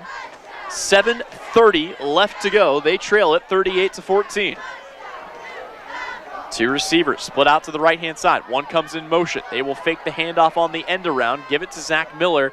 They ran that play earlier in this game. It went for about the same result. They will get maybe 2 yards out of the deal. And the clock will continue to run here with 7:19 to go. This really is last gasp for Abilene. I know there's a decent amount of time left on the clock, but at this point, you trail it by 3 possessions, and you start to think back to just how big that 23-yard field goal make from Brody Graber earlier in this game was. That's the difference between this being a 2-possession game and a 3-possession game. Snap back to Timbrook. 2nd down and 6. Rolling to his right, incomplete as he threw it outside the radius there of Weston Rock. It is another incompletion for Stockton Timbrook, who has just been a shell of himself here in the second half. And I don't mean any disrespect when I say that. I mean, Stockton Timbrook is probably one of the best quarterbacks in the state this year. You look at his numbers, they speak for themselves. He has completed 107 passes, 24 touchdowns, no interceptions this year. But in this moment, in this second half, he is 1 for 8 with a pick. 3rd down and 6. Wide open receiver over the middle of the field, still twisting his way up. Keaton Hargrave will haul it in. That's what the doctor ordered. It's a 12-yard gain to Hargrave. It is his first catch of the game here. And that's a big one. Fresh set of downs to work with here. Snap back to Timbrook. Handoff right side. That's going to be good for Dardanere. A first down on its own. Zach Miller with a 9-yard gain here. And they will say just shy. So, yeah, 9-yard gain. But that's good stuff, though. That's what Abilene needs. And they catch Wamego expecting the pass. Now they've got a very manageable 2nd down and 1. Snap back to Timbrook. Another handoff to Miller, who is going to have, boy, that's going to be awfully close. I think just enough for the first down. Although we'll have to see where they spot it. And I don't know where they spot it. They're saying he's short. Wow. Stockton Timbrook, by the way, I didn't give the number earlier. Coming into this game, 1,883 passing yards on the season. Big 3rd and inches coming up here. They go to the air. They've got a wide open receiver. Catch is made down to the 25-yard line. And once again, they find Hargrave for a gain of 7. Now the offense starting to click. Timbrook has completed each of his last 2 passes. And a very, very late flag. It's going to be thrown by the back judge here. They're going to call procedure on the Cowboys.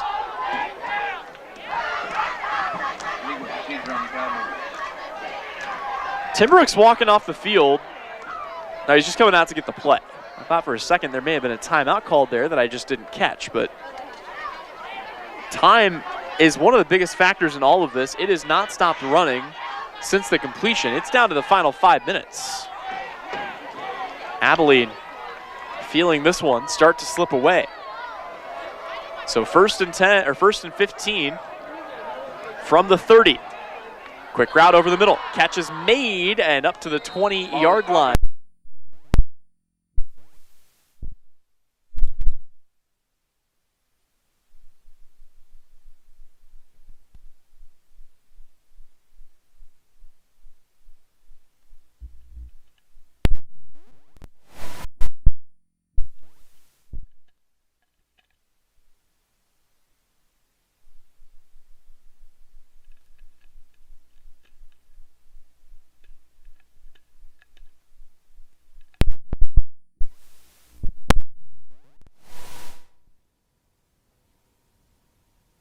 Another procedure penalty called here against the Cowboys. Backs them up another 5 yards after the completion to Hargrave.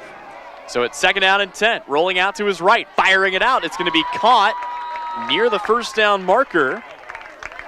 And now you see it. I mean, Timbrook's gotten back into his rhythm here. That's going to be good for a gain of 9 out to Brax Fisher. And it's another big completion. But a 3rd down and 1.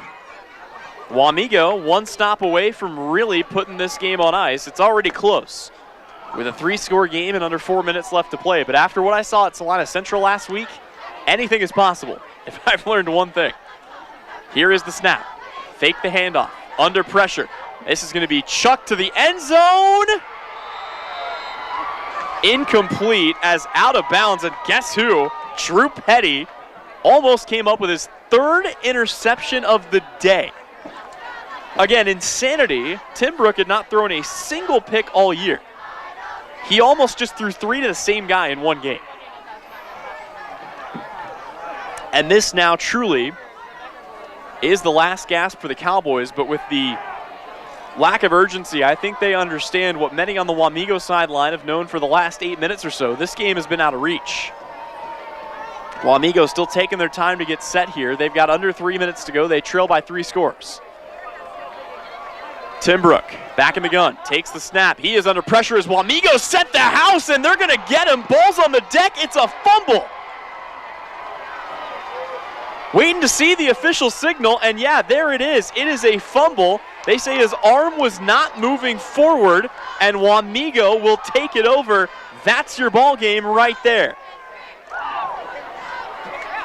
Boy, a disastrous second half for the Cowboys, who did so much late in the first to get themselves back in this game, and it all came unraveled in a matter of about 20 minutes. 3 big turnovers. Very likely culprits. And now it's Wamego's turn to just run this out with 2:45 to go and take a big Week 8 victory into the postseason. Handoff right side. This time they will give it as, boy, now things are getting chippy and unnecessary. Here late in this game, we'll have to sort this out. Porter Smith on the carry is going to be up for a gain of 5. And we'll see if this is in fact an unsportsmanlike conduct penalty. And if so, who it's on. And that is against the Cowboys. Perhaps a little late frustration here. Starting to boil over, and they're going to gift wrap a free first down and some more yardage to the Raiders. Well, if you're Wamego, this is exactly what you were looking for to go into the, again, Week 8 playoff matchup. Not sure who exactly they'll face. Again, those brackets won't come out until this weekend or maybe even Monday. Keep it locked to Keisha for information regarding that. Also, keep it locked to our Twitter at SPostSports on Twitter, or X, or whatever the kids are calling it these days. But we're there, providing you as much sports content as we can for all of our Salina and Little Apple Post schools, including both the Abilene Cowboys and the Wamego Red Raiders. Whoever you're a fan of, go give us a follow. Here, 1st and 10, and a whistle and a timeout, and Abilene wants to talk something over here with 2:06 left to go, and that'll give us one final chance to remind you that coverage of today's game of the week is brought to you by our friends here in Abilene, Bombshell Salon, Don's Tire and Supply, West Plaza Country Mart, Amanda West State Farm Insurance, and M&M Tire and Auto. And, of course, coverage of the game of the week always brought to you by our friends at Commercial Tire Center, Salina Septic Service, APAC Shears, Bennington State Bank, Elite Sports Paintball Complex, and the presenting sponsor of the game of the week is Salina Regional Orthopedic and Sports Medicine. Also, be sure to tune in tonight at 10 o'clock for the Kansas High School Football Scoreboard Show. Hear game wraps and scores from across the state of Kansas, brought to you by Home Automotive Centers and Salina Surgical Hospital, also heard on 910KINA.com. 2 minutes and 5 seconds, all that separate this one from being in the books. Wamego putting the finishing touches on what has been a dominant performance here on the road. It's another handoff on the outside. This is going to go for at least a first down, as it's a 12-yard gain for Porter Smith, who here late is starting to get his. We've got more finals coming in for you on our Salina scoreboard. Salina Surgical Hospital area scoreboard. Mays South defeats Salina South 66-19.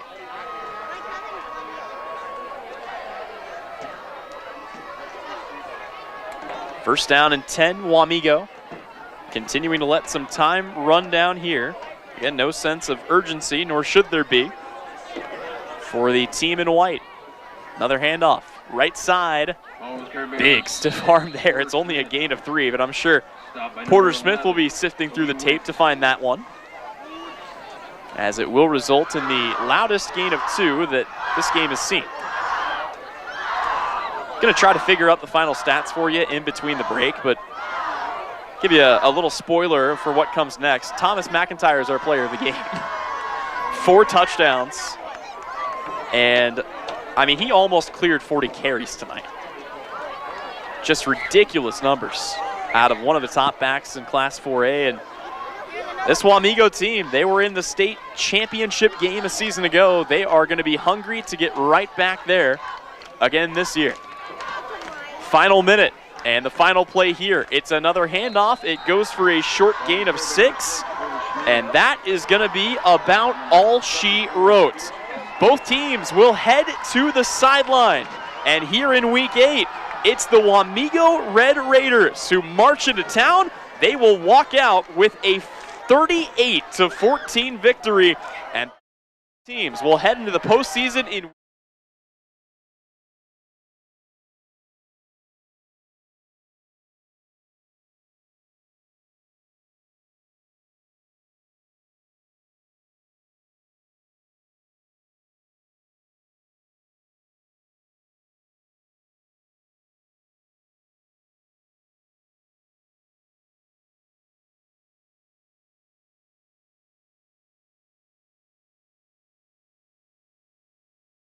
health and well-being. From outpatient procedures to inpatient stays, you will feel the difference in our excellent care and compassion. Talk to your doctor about scheduling your next procedure at Salina Surgical Hospital. Your surgical experience is our specialty. Salina Surgical Hospital is partially owned by a group of local, community-involved physicians. Fall is full of great activities that keep us on the road. When you return to home sweet home, your sewer backing up into the house is the last thing you want to find. Now is the time to dial up Salina Septic Service and their 24-hour service. They will find the problem, fix the problem, and prevent future problems with the Septic Plus Protection Club. Special pricing and worry-free maintenance. Salina Septic Service, taking care of you now and preventing septic problems in the future. Find them online at salinasepticservice.com. Insurance is something we all need in our business, home, car, and life. But do you really understand what's covered? And most importantly, what you are paying for? Hi, this is Rob Carlson in the Salina office of Smart Insurance. Change is good, especially if you haven't looked at your insurance policy lately. I can help you understand what you need and where the gaps are in your coverage. We provide free quotes and take pride in looking out for you. Smart Insurance, with locations in Salina, Abilene, and Harrington. Give us a call today. And with that, we are back one final time here to put the finishing touches on a 38-14 win for the Wamego Red Raiders on the road here at Abilene.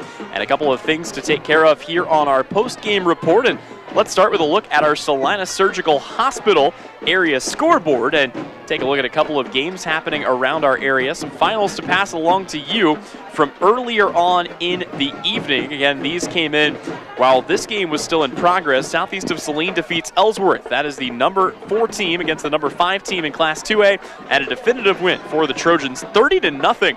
Wasn't always easy, though, as Southeast of Saline was only up 8-0 at the half. So after the break, they really turned on the gas, and that helped them out to, again, a 30-0 win. Rock Creek, just up the road, a dominant 43-7 victory over the Concordia Panthers. Mays South with a definitive 66-19 win over Salina South. Wamego got a 38-14 win over the Abilene Cowboys. Again, that one right here on our game of the week as we continue to scan around and take a look for a couple of other finals. But that'll just about do it as far as final score coverage is concerned. Again, for more, keep it locked to @SPostSports on Twitter. And be sure to check out Keisha, again, for postseason seedings and rankings coming out next week. Of course, postseason brackets will be released soon, and be interesting to see where these two teams, both entering the playoffs at 6-2, are come playoff time. Couple of final things to wrap up here on the post-game report, and we begin with our Smart Play of the Game, brought to you by Smart Insurance, with locations in Salina, Abilene, and Harrington. And honestly, I think it was really the occasion you saw Wamego catch Abilene off guard as they brought out the field goal unit, called the timeout, and then sent the offense out onto the field. Abilene elected to just shift into a defensive coverage. Wamego was able to pick it up and ultimately punch in a score. And for that, a little trickeration from the head coach, Weston Moody. That is our Smart Play of the Game, brought to you by Smart Insurance, again with locations in Salina, Abilene, and Harrington. Our hit of the game, presented by Salina Pain Clinic. Again, was not sure which of the guys it was. I believe for Wamego it was Aiden Heffley. It was just a little naked screen out to Brax Fisher, who caught it on the sideline, tried to turn upfield, and just got a face full of the middle linebacker. Aiden Heffley laid the wood and knocked him out. It was a big-time hit, and for that, Aiden Heffley collects our hit of the game. It's presented by Salina Pain Clinic. That'll wrap it up for us. One final time for Tyler Henry, for Nate King on camera. This has been the Salina Regional Game of the Week, and you caught it right here on the Salina Post. Again, Wamego gets the victory 38-14 over the Abilene Cowboys. That'll about wrap it up for us, but we will be back next week for a Week 9 postseason edition of the Salina Post Game of the Week.